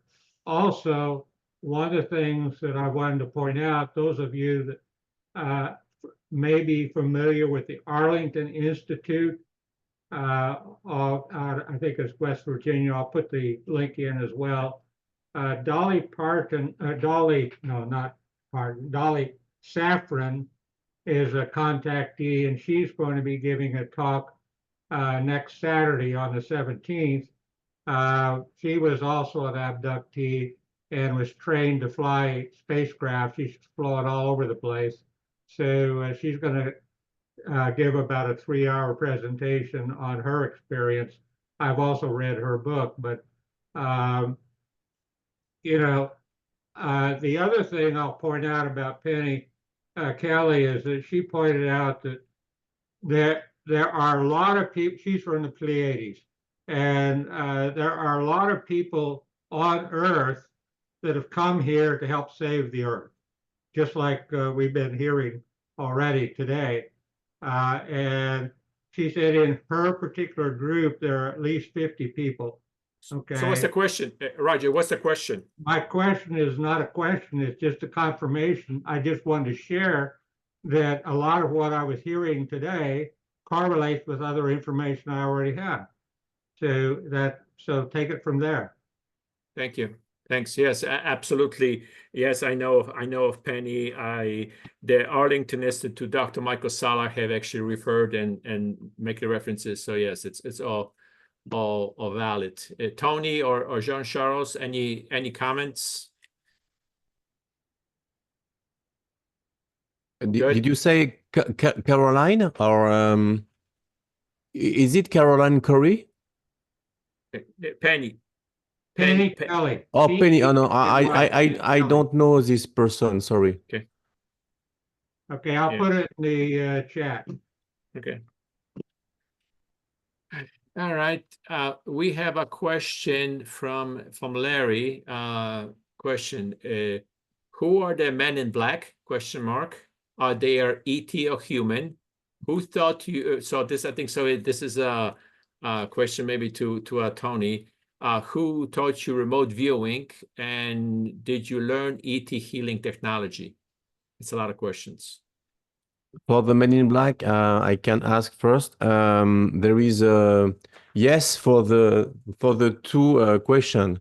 There is a Men in Black for the government, and there is a Men in Black outside of our world, because some people say they have they had sunglasses, black sunglasses, but some people say behind the sunglasses they saw reptilian eyes. Okay, so there is two section of Men in Black. There is a agent, secret agent, worked for the government, and there is another section of they don't come from Earth and dimension too, because there is a Men in Black came from another dimension. This is what testimony of people say. So there is a many section, like say my friend Tony, there is many program of secret space program. They don't have only one. There are many secret space program. This is my answer. Okay, I'll touch on the remote viewing. So that's what I uncovered when I actually went back to Inyokern last year in 2023. I visited there physically. I went to Seattle and went by myself and realized that I would have had great evidence had somebody came with me and filmed it. So I went back to Inyokern with a fellow named Tyler Koala from Journey to Truth podcast, and we filmed it. And he was a witness for me knowing my way around there. When I was there, smelling and hearing and walking and the same humidity and everything of the place that I went through, I got a lot of memories back. And I was actually in a remote viewing advanced research program that was in between Project Grill Flame and Project Center Lane. And they were using advanced things on kids they believed were clones. So I remembered how to remote view at that point. I had remembered other parts of that program years, and I'd started a group on my Patreon. I have a group, and we do remote influencing, what they classify as psychoenergetics. We do synchronized meditations that do remote influencing. We've been greatly successful, and we've always done remote viewing as a practice. And so after my return to Inyokern and remembering a lot of the techniques, I've started a remote viewing group and really began researching a lot of things like countermeasures and other techniques for remote viewing to make it more accurate, and peripherals involved. So I'm in the process of kind of designing programs, a class. I'm gonna call it something like, I don't know, tossing around a few different names for it, but right now it's Talks with Tony. It's the remote viewing group, and it's been greatly successful. We successfully remote view every week, and I can train people to do it. Anybody that's come through can remote view eventually and get aspects of the target that are very improbable. So I think that was the question. Did I remember how to remote view? There was another part. Yeah. It says, where did you learn? Who taught you to remote viewing? ? And did you learn the ET healing technology? I don't know if that's a question. So the remote influencing group that we do does healing through the same kind of modality. So it's all remote viewing is kind of an early step into a lot of the other abilities, medium abilities, telepathy, out of body, telekinesis. All these things begin with the same protocols of doing a remote viewing session. So it's one leads to the other. It's the same phenomena. It's a state of mind. So the healing works in there too. We heal people. We've had amazing success stories of healing people at a distance with the synchronized meditation group. That being said, every time I say that on one of these shows, I get hit with 20 messages the following day of a list of people to heal, and we just don't do it on that kind of scale to heal people like that. It's something that I do teach you can do to yourself. But I learned it in the program. I learned it in a advanced research program that was spawned off of Project Grill Flame in 1982. It ran from April of 82 to January of 83. Actually December of 82. And then in January of 83, I was a field operational remote viewer as a 10-year-old. Wow. And that's where I learned it. And when I went back there physically in 2023, I got more memories back and filled in a lot of the blanks and was able to really advance what I'm doing. And so that's what I'm doing right now. Like I disclosed from the things from the first book and the second book, but right now I'm going into because remote viewing in itself is a superpower for one, and for two, after you learn how to do it, you're a lot more in touch with your own intuition. It's a very useful state of mind. People should be able to attain that state of mind all the time. And we're just not aware that we are much more than what we think we are. So I'll So- leave it at that.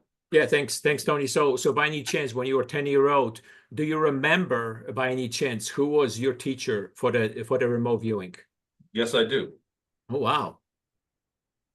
Wow. Would you care to a little bit share maybe, or it Not was like publicly, no. no? Oh, okay.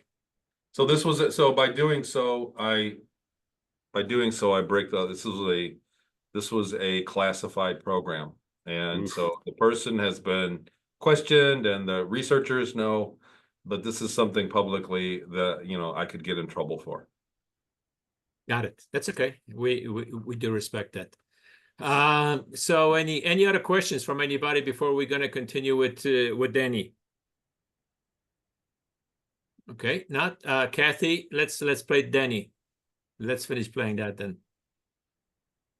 Kathy. I'm here. I'm just surprised there aren't more questions. but Yeah, yes. I do have some questions, but Oh, go ahead. let- No, please do, because oh, please. so that's why so- we've got these guys here and they're all like, right. this is So- like such a gift. All right, so here it is. Jean-Charles, your future parallel lives with Elena Denan. Oh, there are many, many things to share with my dear friend and sister, Elena.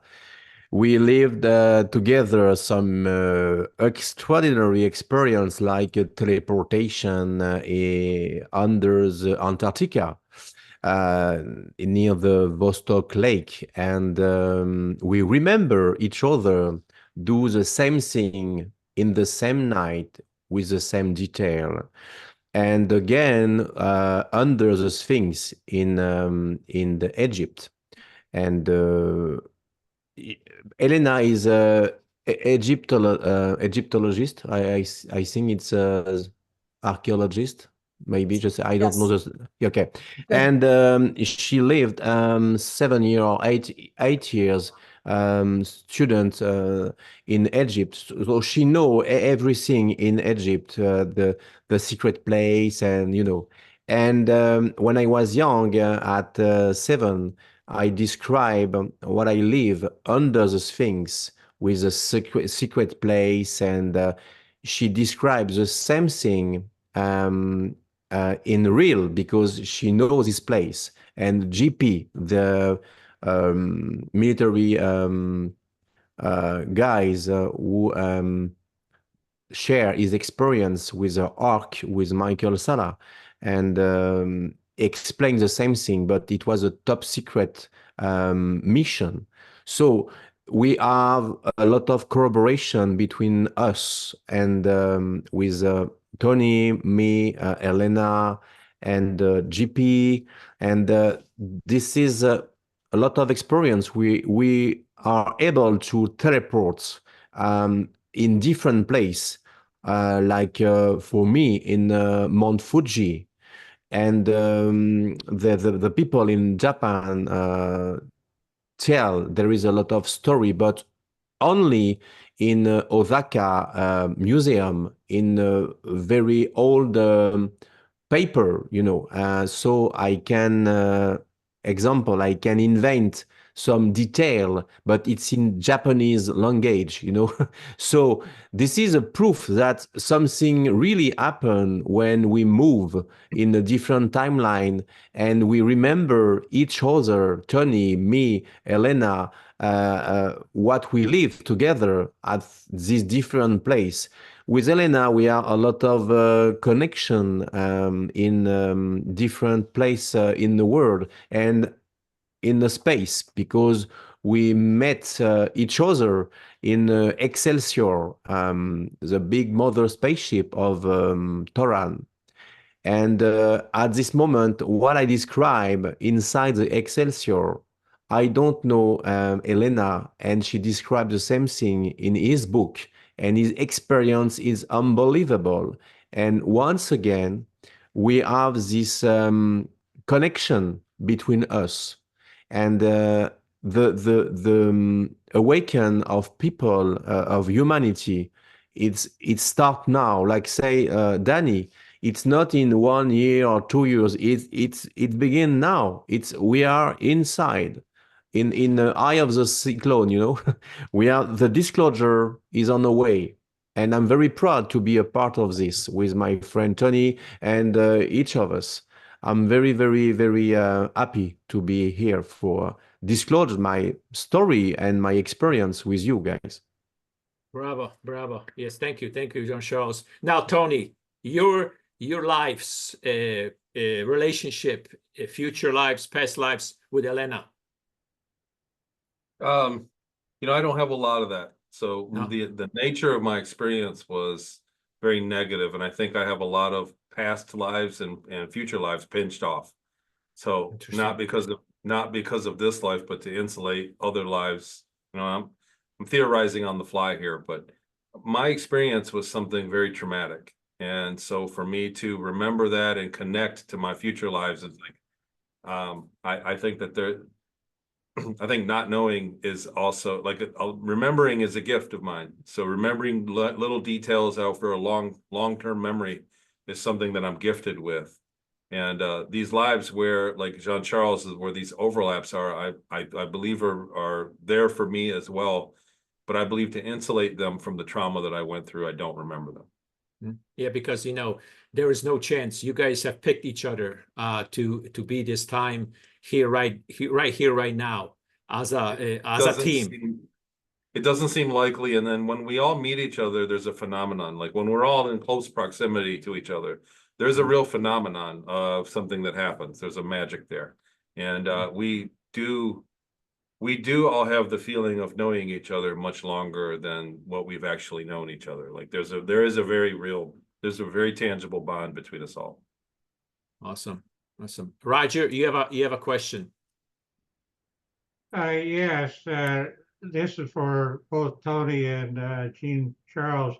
When you were on the moon or Mars, were you actually where were you actually located when you were there? And part of my question revolves around Ingo Swann remote viewed both places and saw life in, I believe, both places. So were you underground, or, you know, like the surface of both of those places looked pretty desolate? On the backside of the moon, I was on a base there on several occasions that was above ground. And at one point I was in a corner office. It was nighttime there. There is light. There is a daytime on the backside of the moon, albeit on a strange schedule. But it was nighttime there, and I was in a corner office with an extraterrestrial. They were working on me, trying to erase my memory before they put me back. And I could see out the window and see the surface of the moon. It also went deep into the ground. There were several times that we went there for missions, and we had to interact and do business there, and we went deep inside the moon. So there are different levels of, the deeper you go, the more classified it is, and there are different hangar bays that go down inside the moon, very deep, very far down. Mars, every time I was there, it was a completely underground facility. I was in 2 facilities there. One I lived for about 6 months, and the other I went to schooling, and really I don't have an idea of how long I was there. Probably another 6 months, about a year, 9 months to a year is my estimate, my time on Mars. One was a large city. It was a very large city. There were thousands of people, but it was completely underground. And it was very modern, very flowing and pleasant looking architecture. And it was very plush and comfortable. The other one was a forward base, like a research base that looked like a modern day, brand new elementary school quality of construction. And there were 5 levels underground that we lived at. So we did go out and conduct missions on the surface. It was hospitable, to say. We had injected, we had oxygen injection, plus we could breathe the air. We had implants that let us do that. And we went out there, and it was, I don't want to say quite comfortable, but it was doable. And I did experience the lighter gravity of walking on the surface of Mars. Not so much on the moon, but during my time on Mars, yes. So were you then the so-called human body in both of the Mars and the Earth, or were you acclimated? How were you acclimated to be able to handle those environments? Because they look pretty So inhospitable. I believe I was in a clone body. I looked exactly like myself. I had the same eye color, the same physical characteristics, the same strength, and so on. I believe that we had implants. I think I had a lung implant that assisted in breathing on the surface of Mars. I had other implants that they removed at the end of my service. So there were many surgeries they gave me before I went into the program. When I went from Seattle into the space program, I mean, I spent a couple of weeks of getting surgeries every day. And I believe that they had a lung implant that helped us breathe in a low oxygen environment. Wow. And I believe they took them back at the end before they put me back. So did you ever have any experiences of visiting places here on Earth that are under the ocean or in the ground? Yes. There was a place in the Catarina Mountains where we met an inner Earth civilization and traded cargo with them. They were advanced, and the Ceres Colony Corporation would do proxy trade missions for them. In other words, they were trading with other races or colonies that they were supposedly not supposed to have contact with. So they would have us trade. They would have us take the cargo and do the deal out of necessity. But it was in the Catarina Mountains. There's a place there. We went to Antarctica under the ice to the base there. And we went frequently to Diego Garcia in the Indian Ocean and did missions there in the middle of the night and dropped off cargo, advanced things, and picked up cargo. We picked up military boots. We picked up toilet paper. We picked up foods. Everything on this. They would come out. We would load tons of cargo and be out of there in a few hours. So one of the other things I've heard is that one of the reasons that ETs are interested in Earth is because of our DNA. We see people here on Earth seem to be able to handle all kinds of things that other parts of the universe are having trouble with. Any comments on DNA? I don't know if Jean-Charles would remark on that, but I think they're more interested in our consciousness than our DNA. Yeah, consciousness. Yeah. It's our consciousness. And so you got to understand that a lot of them are species, even the human species are just like us, but they live much longer. So for them to take consciousness, clone us, and use us for labor, which labor is the most expensive expense in most of our businesses in the world today. The labor costs are what factor most of the production in the world. They're doing it for free. So they clone people and they use their consciousness to drive the clone. And this is an interstellar commodity. Your consciousness is a commodity. Our DNA is more of an experimental test bed to them. I got to think that they have their own DNA. And when they tell us things like that, I take it with a grain of salt. Truthfully, if I'm being really honest, I don't know a lot of the intergalactic history of how things shaped up. I wasn't privy to that information while I was up there. I was doing a job. But when I look at it, so say that whenever they tell us that we're special, you're very special, we need you because you're the chosen, you're special. It's been my experience that that's the carrot on the stick that you're never going to touch. Yeah. Thanks, Roger. So Jean-Charles, you have mentioned a black Draco. I know of red also Draco and white Draco. I don't know if they are Sicars or they are some other species. They are related to Sicars. Do you know anything about those two other ones? I don't know for the Sicars, but I remember I met red reptilians too, but it was like slave for Black Draco. They work for the Black Draco. For me, the Black Draco is like royal, imperial Draco. They have a big wings in the back, and red eyes, and very strong, very muscle, and they have 100% of psychic abilities like telekinesis, telepathy, 100% power. They can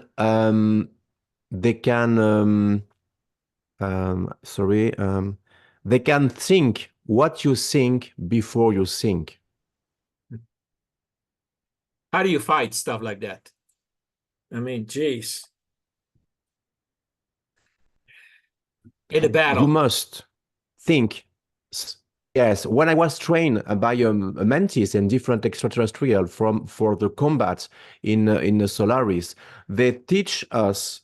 For me, they teach me create like a screen with no show, you know, with a snow, a screen, and project in my mind this you know, no signal to the Draco, because if he detect and he want to try to understand what I think, he saw this, and after that I can do something else. It's very difficult, huh? Try to think, but before you think, okay? Don't think you want to punch in his face. You must think before that, and in the same time you must fight. So the Draco, the black Draco, I think it's a category, very special category, but I never heard someone spoke about the black Draco except one guy. And this guy is here.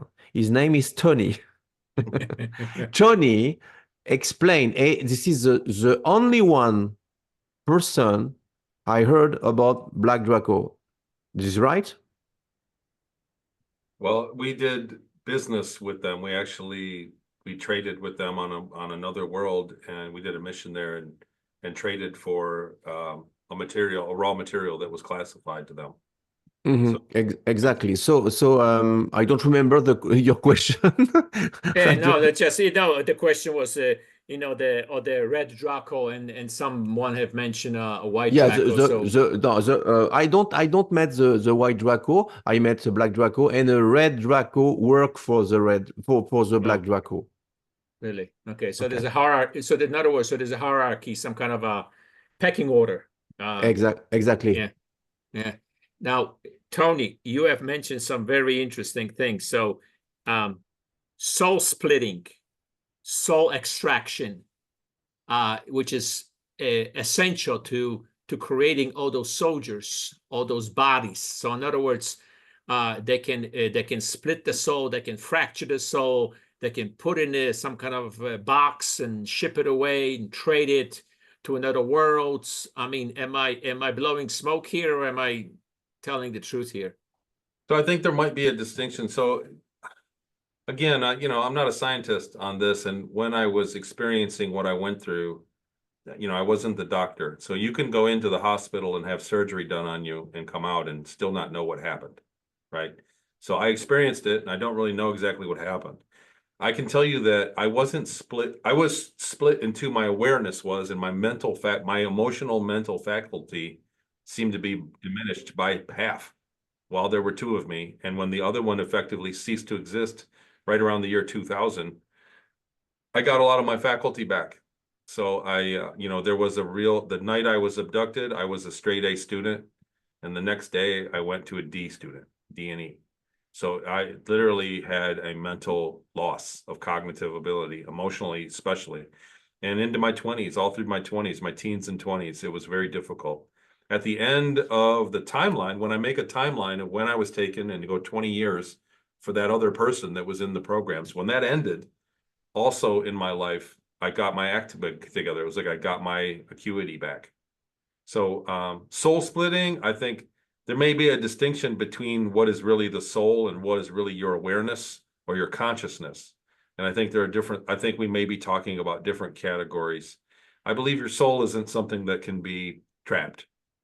Your consciousness, or what I think your soul works more like a light that shines into what you really are. And so they like taking a lens and splitting the light to drive two bodies, I think is more like what it felt like.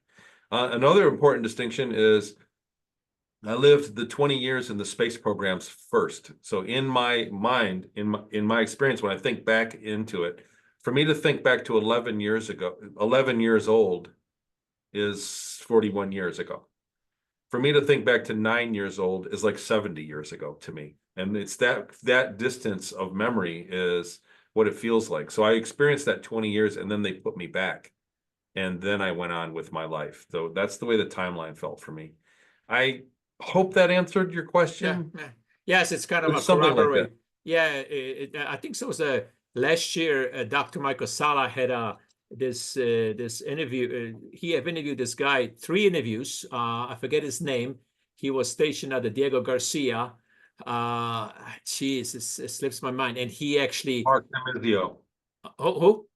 Mark DeMizio. That's it. 3 interviews. Awesome. What he shared is just unfreaking believable. I said, wow, it's so real. I mean, you know, that he was in Diego Garcia, what he experienced that, and looks like one of his self got killed or died somewhere, and then he got those memories back.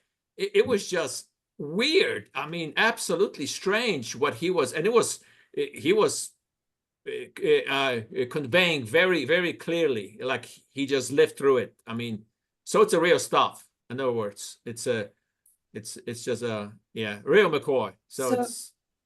So I don't want to interrupt, but Jean-Charles has to go. His electricity is leaving. So we want if you can go off of mute. Perfect. Great. Thank you so much. All of us are so excited to possibly meet you guys in person, and we just appreciate so much your time and energy. We're still going to show the clip, the 10-minute clip from Dani so more people can know how they can get to shake your hand or hug you or whatever. But thank you so much. I hope we get to spend more time together. Thank you very much to receive us, me and Tony. It's a pleasure. We are very grateful for that. Sorry, I must to quit because less than 5 minutes of power energy. I'm in the dark in my room. I'm only a person with my connection internet. So I'm very blessed for that. And thank you, everyone. You are amazing people, and thank you again from the bottom of my heart. Oh, thank you, dear. Thank you. Thank you. And best Thank you, wishes. John. Yeah, and I love your wife presenting on Patreon. That was amazing. One of a kind presentation. One of a kind. Thank you very much, Ross. And your English is getting better and better. Yes. Thank you very much. Thank you. Bye-bye. Bye-bye. Thank you. Bye. Good night. Oh, thank you, everyone. Okay, so Tony, can you stay a little bit too as we I'll show stay a little bit if you'll have me. Yeah. Oh, Go ahead we'd and- love to. Oh, listen, we would love to have you back anytime. This is fantastic for us. Ross, did Great. you have any other questions for Tony before I go the 10 minutes? Or No, I think so. For time being, no, I don't think. No. Let's play and okay. and let's go there. Having any one of you would have been fantastic for BoulderEXO, and to have all 3 of you guys is just amazing. So we're just so grateful. So let me show the rest of this. Let's make sure sound. Here we go. Here we go. Make it big again. Okay, so here we go. Your website, if you're comfortable with that, and then you can walk us through it for a few minutes. So can you see? Mm-hmm. Okay. Yes. Great. So Yeah, tell me how to navigate for. Okay. So if you move the cursor around, you should see a bunch of stars. I Right. love that image. Does it work? There you go. I love it, how we designed it. It's just so pretty and very straightforward. And, basically our mission statement is there, the name Galactic Spiritual Informers Connection, GSIC for short. And we reveal the uncensored true history of our planet and our solar system and the technology that's been held from you. This here is a little documentary from last year. It's 30 minutes and it's highlighting the speakers and the beautiful audience. There was 1,000 people in the audience, and Elena Danan talking about the fact that it is a gathering, a connection. There's Michael Sala dancing. So funny. The next bit is an image of Tony Rodrigues. Yeah, me. I spoke last year or the year before. I forget which year I spoke.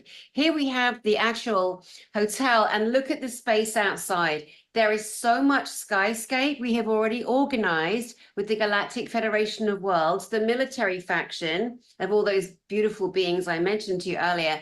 they're coming. There'll be at least 30 craft in the sky. Anyone in that area will be able to see the craft that come in. It's going to be absolutely stunning. It's fantastic. It's at the Westin in Westminster. Yes. Okay, Indeed. and That was a little bit, that's embarrassing to me. The team are like, we need to talk about you. We need to say something. I'm like, oh gosh, okay.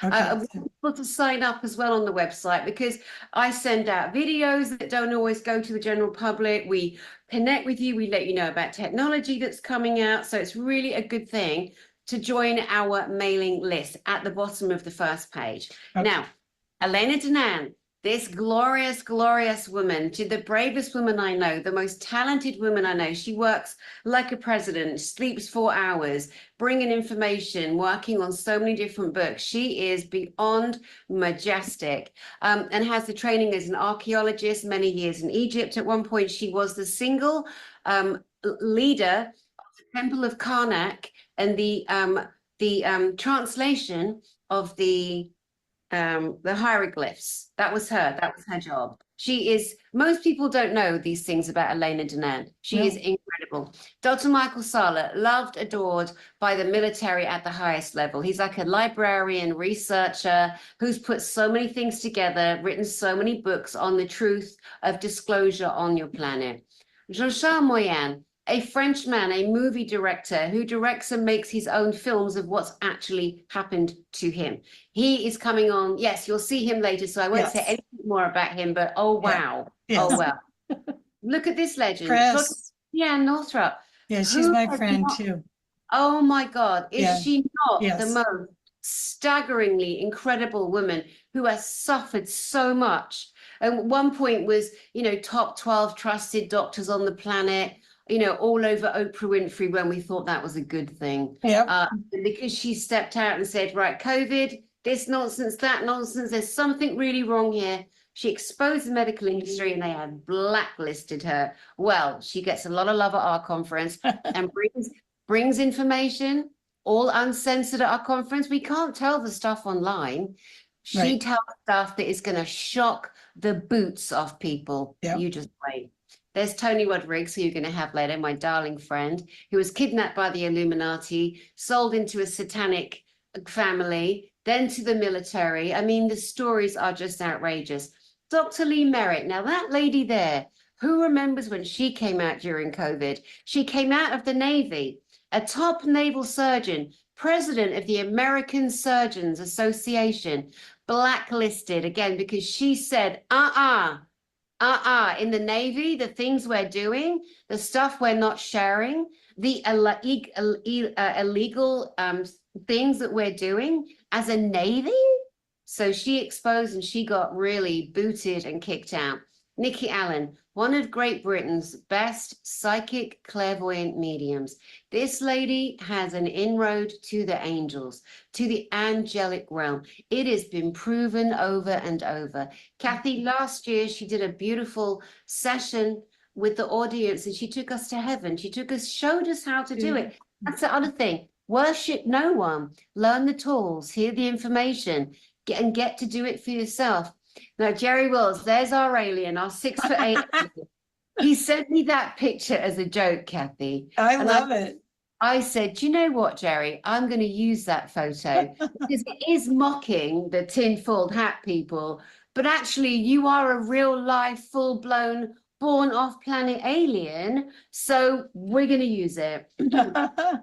Here is Dan Willis, again, another senior Navy whistleblower, worked at a top secret level when he first saw a huge UFO come out of the ocean in the days of dit, Morse code. He's the one who's been working with the frill energy. He's the one who'll be on stage showing us how it works and then manning a table where people can actually feel the energy. Perfect. Melanie Chardet, another very enlightened soul. She's from a soul group off planet called the Gemen, and they are what we call a solar being. She's a very enlightened woman, and you know, she's worked so hard to learn English to be able to speak at our conference because she is actually French. David Adair, I just did on my channel, guys, DaniHenderson Jisic on YouTube. I just did 2 hours last night with David Adair, sharing a lot of the rocket science, the Nazis, NASA, the things NASA have taken from us, hidden, stolen from us. Yeah, Here is the JP. It's not him, of course, because he's always had to hide his face, but he is coming out at our conference, JP. JP's been to the moon on Army facility spacecraft. JP's been to other planets by the American military. This is the thing. These are the secret space programs that the military have lied to everybody about, the whole world. This man is going to show and prove and tell and drop and disclose to everybody. Fantastic. because It's we deserve it. fantastic. So everyone, we need to wrap up. Dani, what would you like to leave the Boulder audience with? They have to be excited about your event coming up in September, the end of September, right? Yeah. And we'll make sure that everyone has the URL so they can go sign up right away. But how would you like to leave this audience for them to have something, hopefully, well, I want to say hopeful, that things are changing, that in their lifetime they will get to see a different world and leave a different world to their families. Yeah, I mean, as I said, like this conference in particular is an absolute beacon of light and hope, but more importantly, reality. We don't just want to be talking about the angels and the fairies and oh, one day in the yonder future. No, it's happening now, right now. Know it. Don't hope it. I always say when we have hope, hope's always in the future, isn't it? We got to own it. You've got to know it now. And the people I've shared with you, the experiences, they're real, guys. They are true. These are the people who are rolling out disclosure, trampling down the nonsense that we've all suffered. You're not going to have to wait 2 years, 3 years, 4 years, 10 years. It's already happening. I promise you to God. It is already happening. There's proof everywhere you look. And there's a big mouth like me on the planet, shouting as loud as I can, saying to everybody, look, you guys. And it's happening more and more because of the brilliance of humanity. We are raising up. As our planet is moving into the 4D and the 5D resonance, we have to upgrade. We're not given a choice. And so many people chose to uplift themselves. And it's happening. And because they've decided there's more light, never mind 144,000, which is a bit of a psyop, but we won't go into it. There's so many more of us, so many more of us. We win. We win. What great. Thank you so much. And can't wait to meet you in person in Colorado. And thank you so much for BoulderEXO. We just are rooting all of you all along the way, because we know that's why we have this group, is we know that disclosure is coming from us. We want to prepare people as much as possible and be excited and be creative, co-creating. So Absolutely. It's thank amazing. you, thank you, thank you. Thank you, Kathy, and thank you to you guys. Sending love from my heart to yours. I hope to meet you. Sign up to the newsletter, watch my YouTube channel. You'll never miss a thing. See you later. Thank you.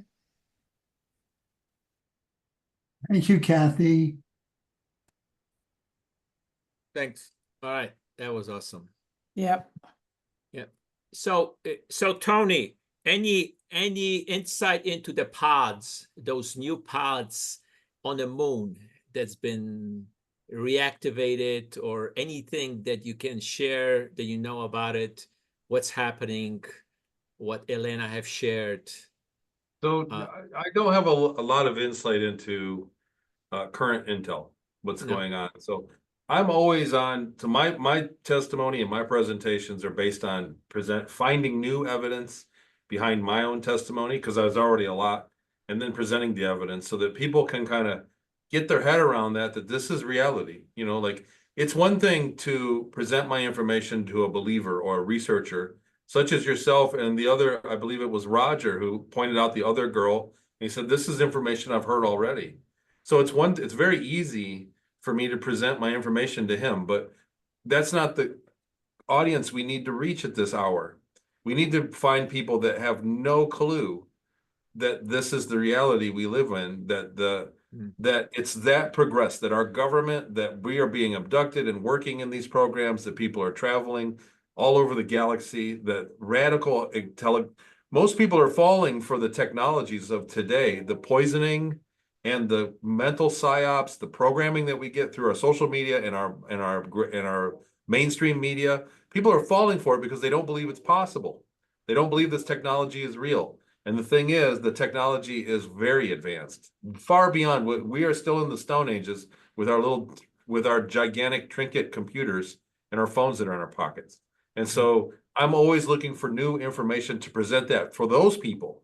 I'm trying to get and say, look, this happened. This is here, here, and here. And I called this out here, here, and here. And there's no way I could have done that. You have to explain that. And that's kind of my testimony. The current intel is going to happen. Once there's a disclosure, once the dam breaks, it's going to happen very quickly. It's not going to be a short-term thing. Or a long-term thing. It's going to happen very, very, very quickly. People are ready for disclosure. People are ready. We all know that ETs exist already. All they have to do is tell us. It's the government that's not ready for disclosure. The people are ready. We're ready for all this stuff. And a lot of the healing, so people talk about the med beds. That's the hot button issue. When do we get in our med beds? Yeah. Who knows? That could happen quick. I don't have any insight in that, to be honest with you. And I say for the most part, we don't need med beds. We just need to quit being poisoned.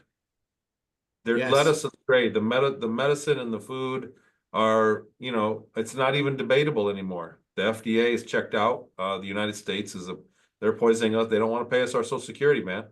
Yeah, they owe you money after 65. They don't want to pay it. No, so that's what's going on.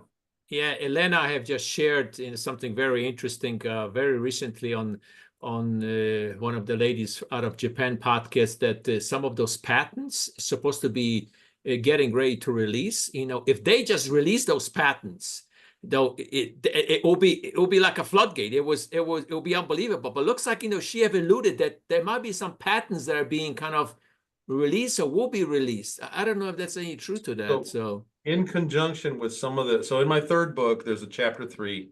I'm very proud of the research and my theory that I presented in it. There's a lot of evidence that they've been using the technology that Dan Willis has presented in the wake of Marcel Vogel's research, and what he's doing with the frill. That entire technology of changing water, and the one experiment, I always pronounce his name wrong. I hate it. Miyoko. Miyoko. Yeah, I forget her last name. She's a brilliant. No, the doctor, the doctor that did the hate. I love you and I hate you to the rice experiment, and he proved that water holds intention.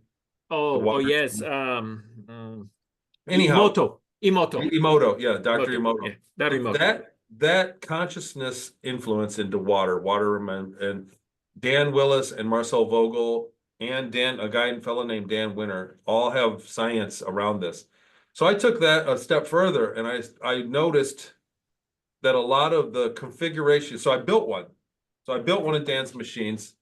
And I had a friend over that got very sick in my home that stayed with me for a while and got sick. And I used the technology, the crystal technology, and imbued water to heal and gave it to this person, unbeknownst to them. They had no idea. And they immediately got better. And it lasted about an hour and a half. Wow. So there was an immediate, stood right up. And we're talking about a severe infection. I had to go to the hospital eventually.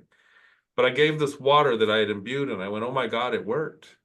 And so I started really experimenting with it. I'm working on reverse engineering the learning program that I was in. I'm getting funding for it. It's an AI learning software that I used when they trained me on Mars to do machine repair or ship maintenance.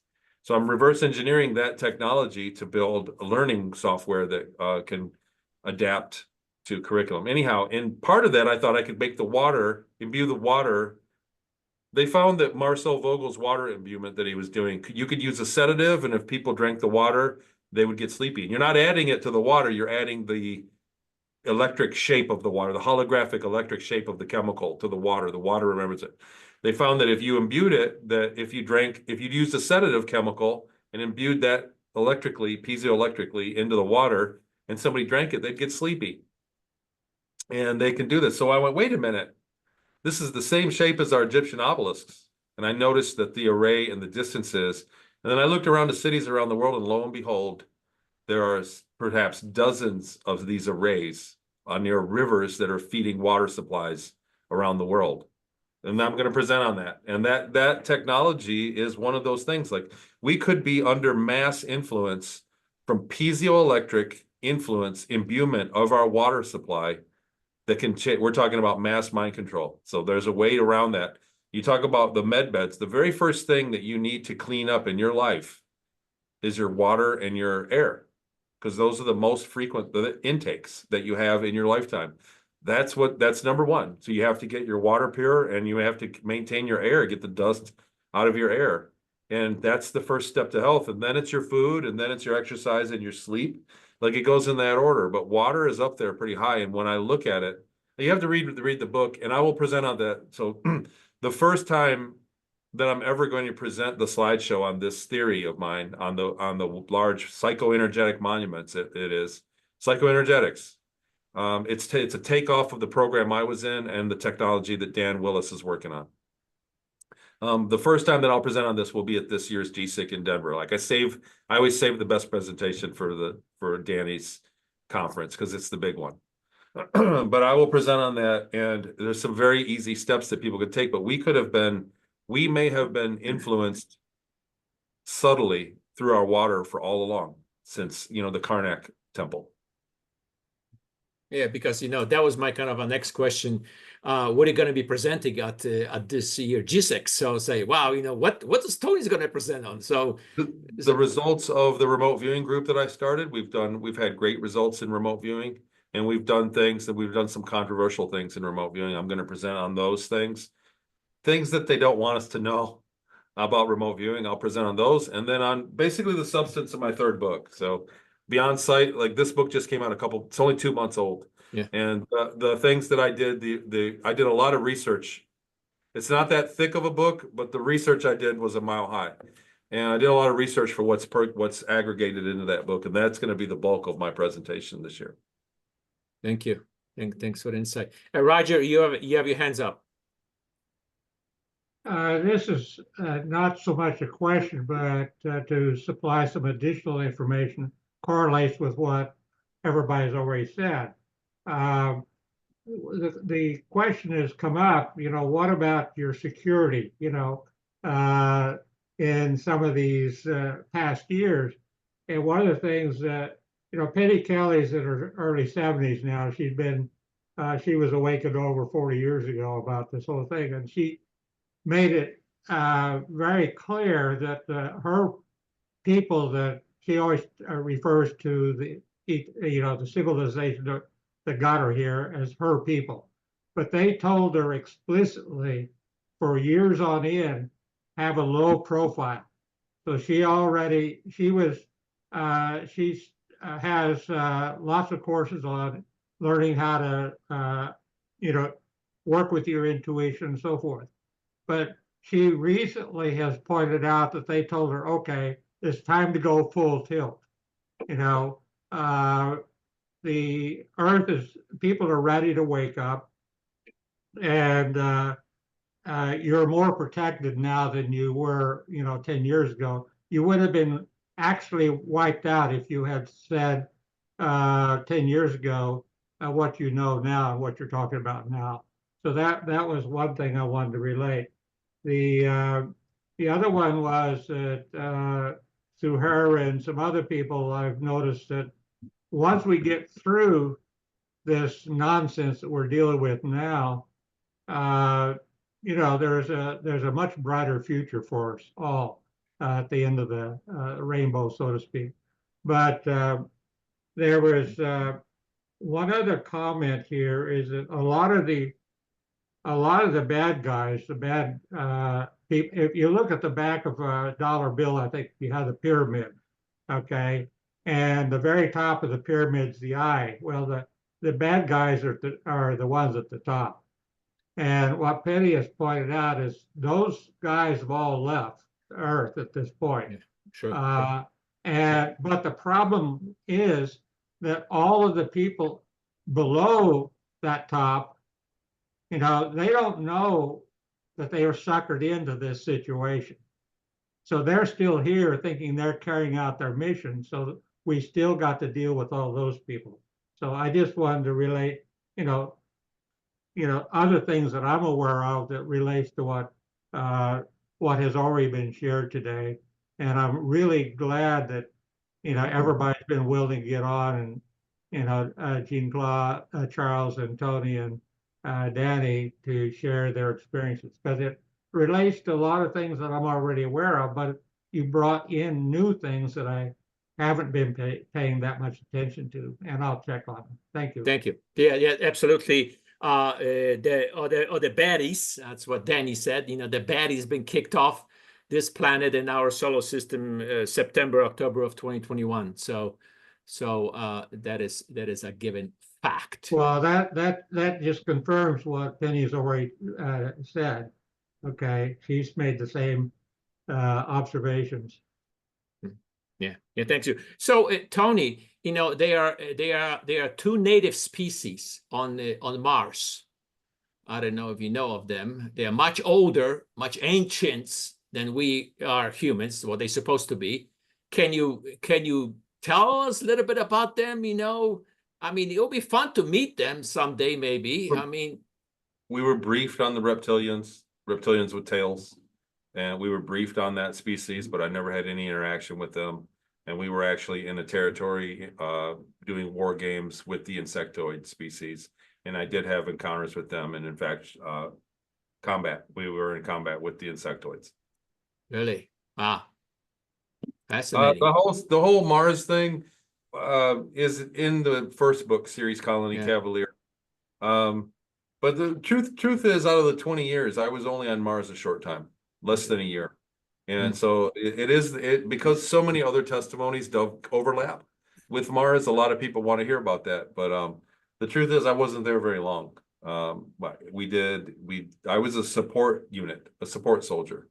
People say you were a super soldier, that we're all super soldiers. That's not the case.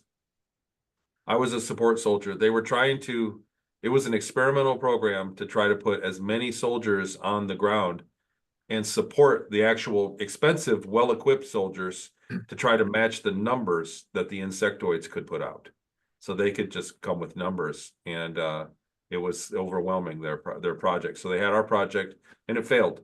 They determined that the insectoids adapted to the strategy faster than they were supposed to, so they canceled it.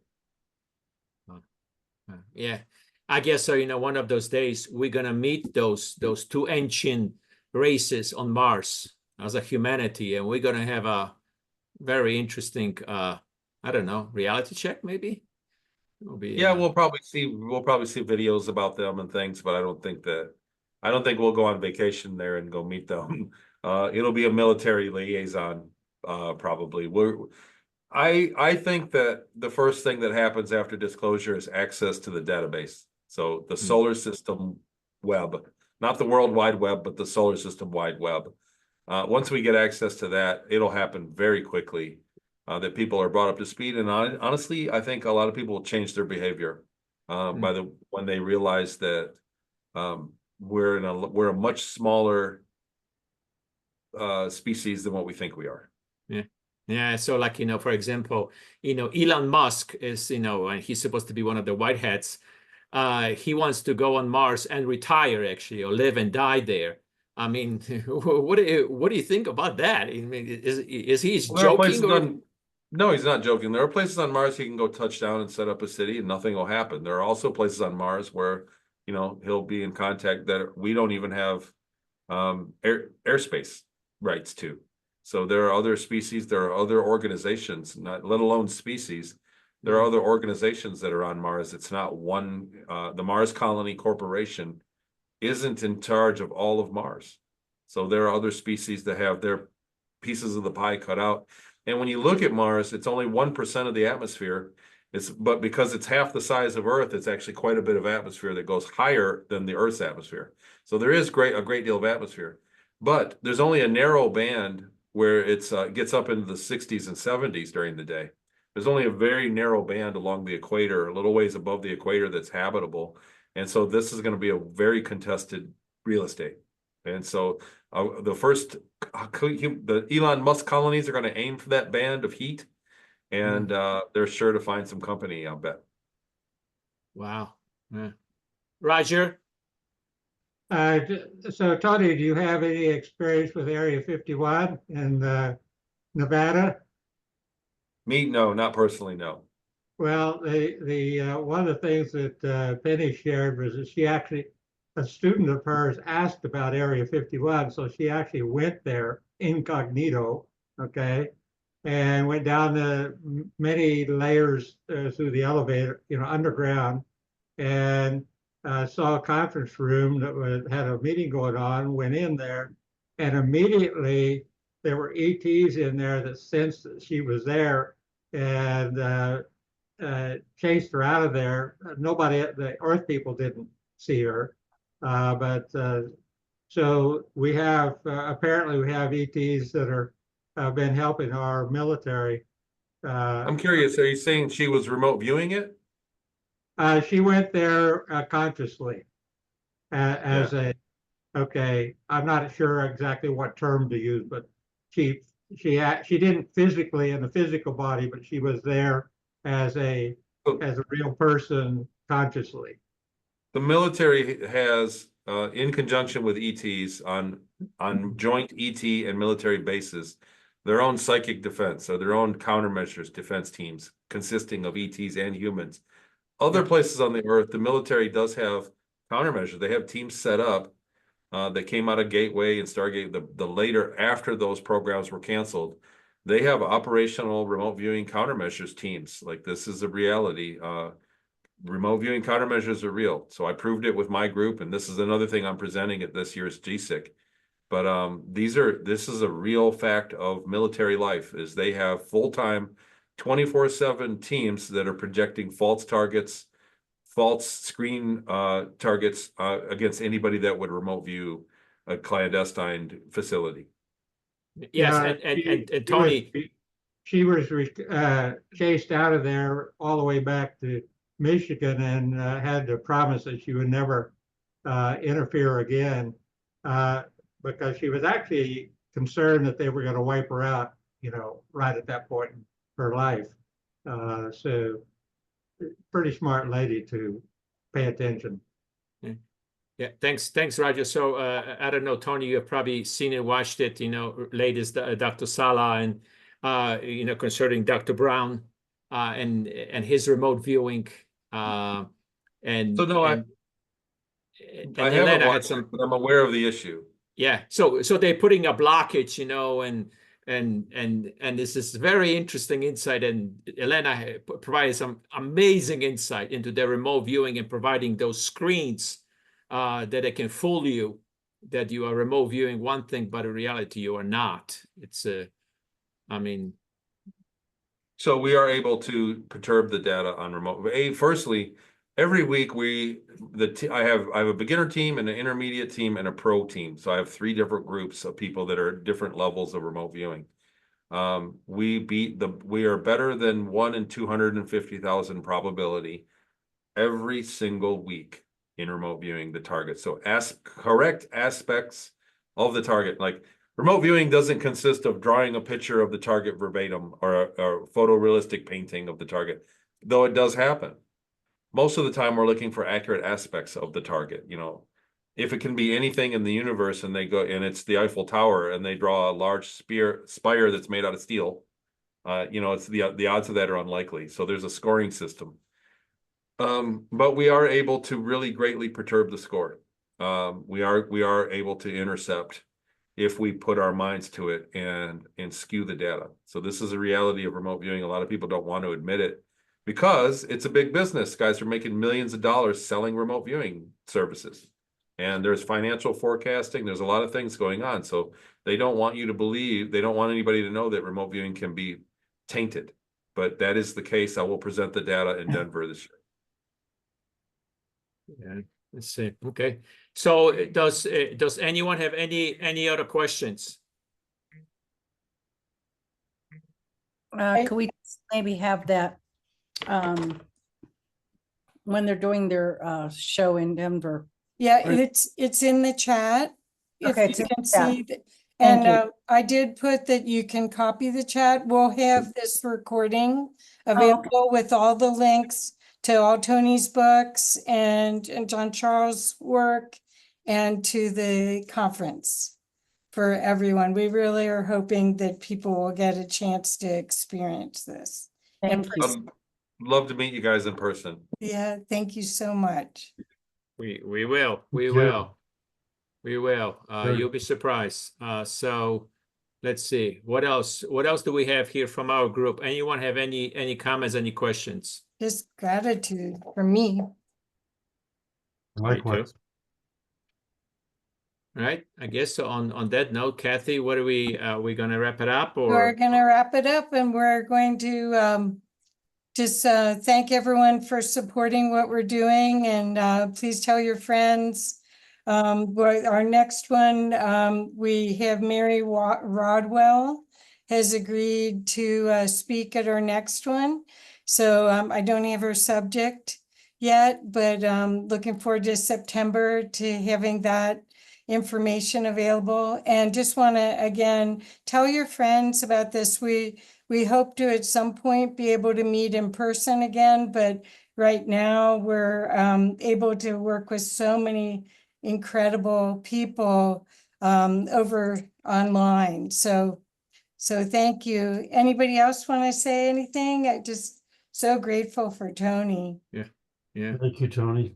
yeah, thanks, Thanks. It's an honor Tony. to be here. Thank you very much. I appreciate it. Yeah, Danny, Tony, thank you for your service and appreciate your, being there for this humanity, because we are on this together. So Yeah. Yeah. And Roger, your question, the answer is yes, but they're not announcing it yet.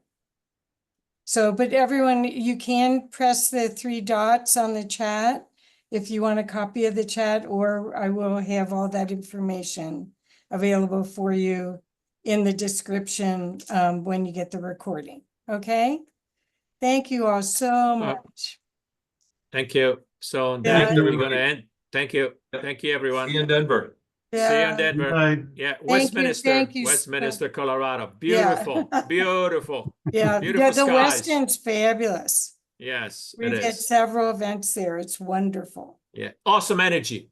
Yeah, That's Good to all. know. yeah. Awesome energy. Yes, that's all. Kathy, All I right. really Good night, appreciate everybody. you started this. Thank you. Thank you. Thanks. Thank you, everyone. Bye-bye. Thanks. Bye-bye.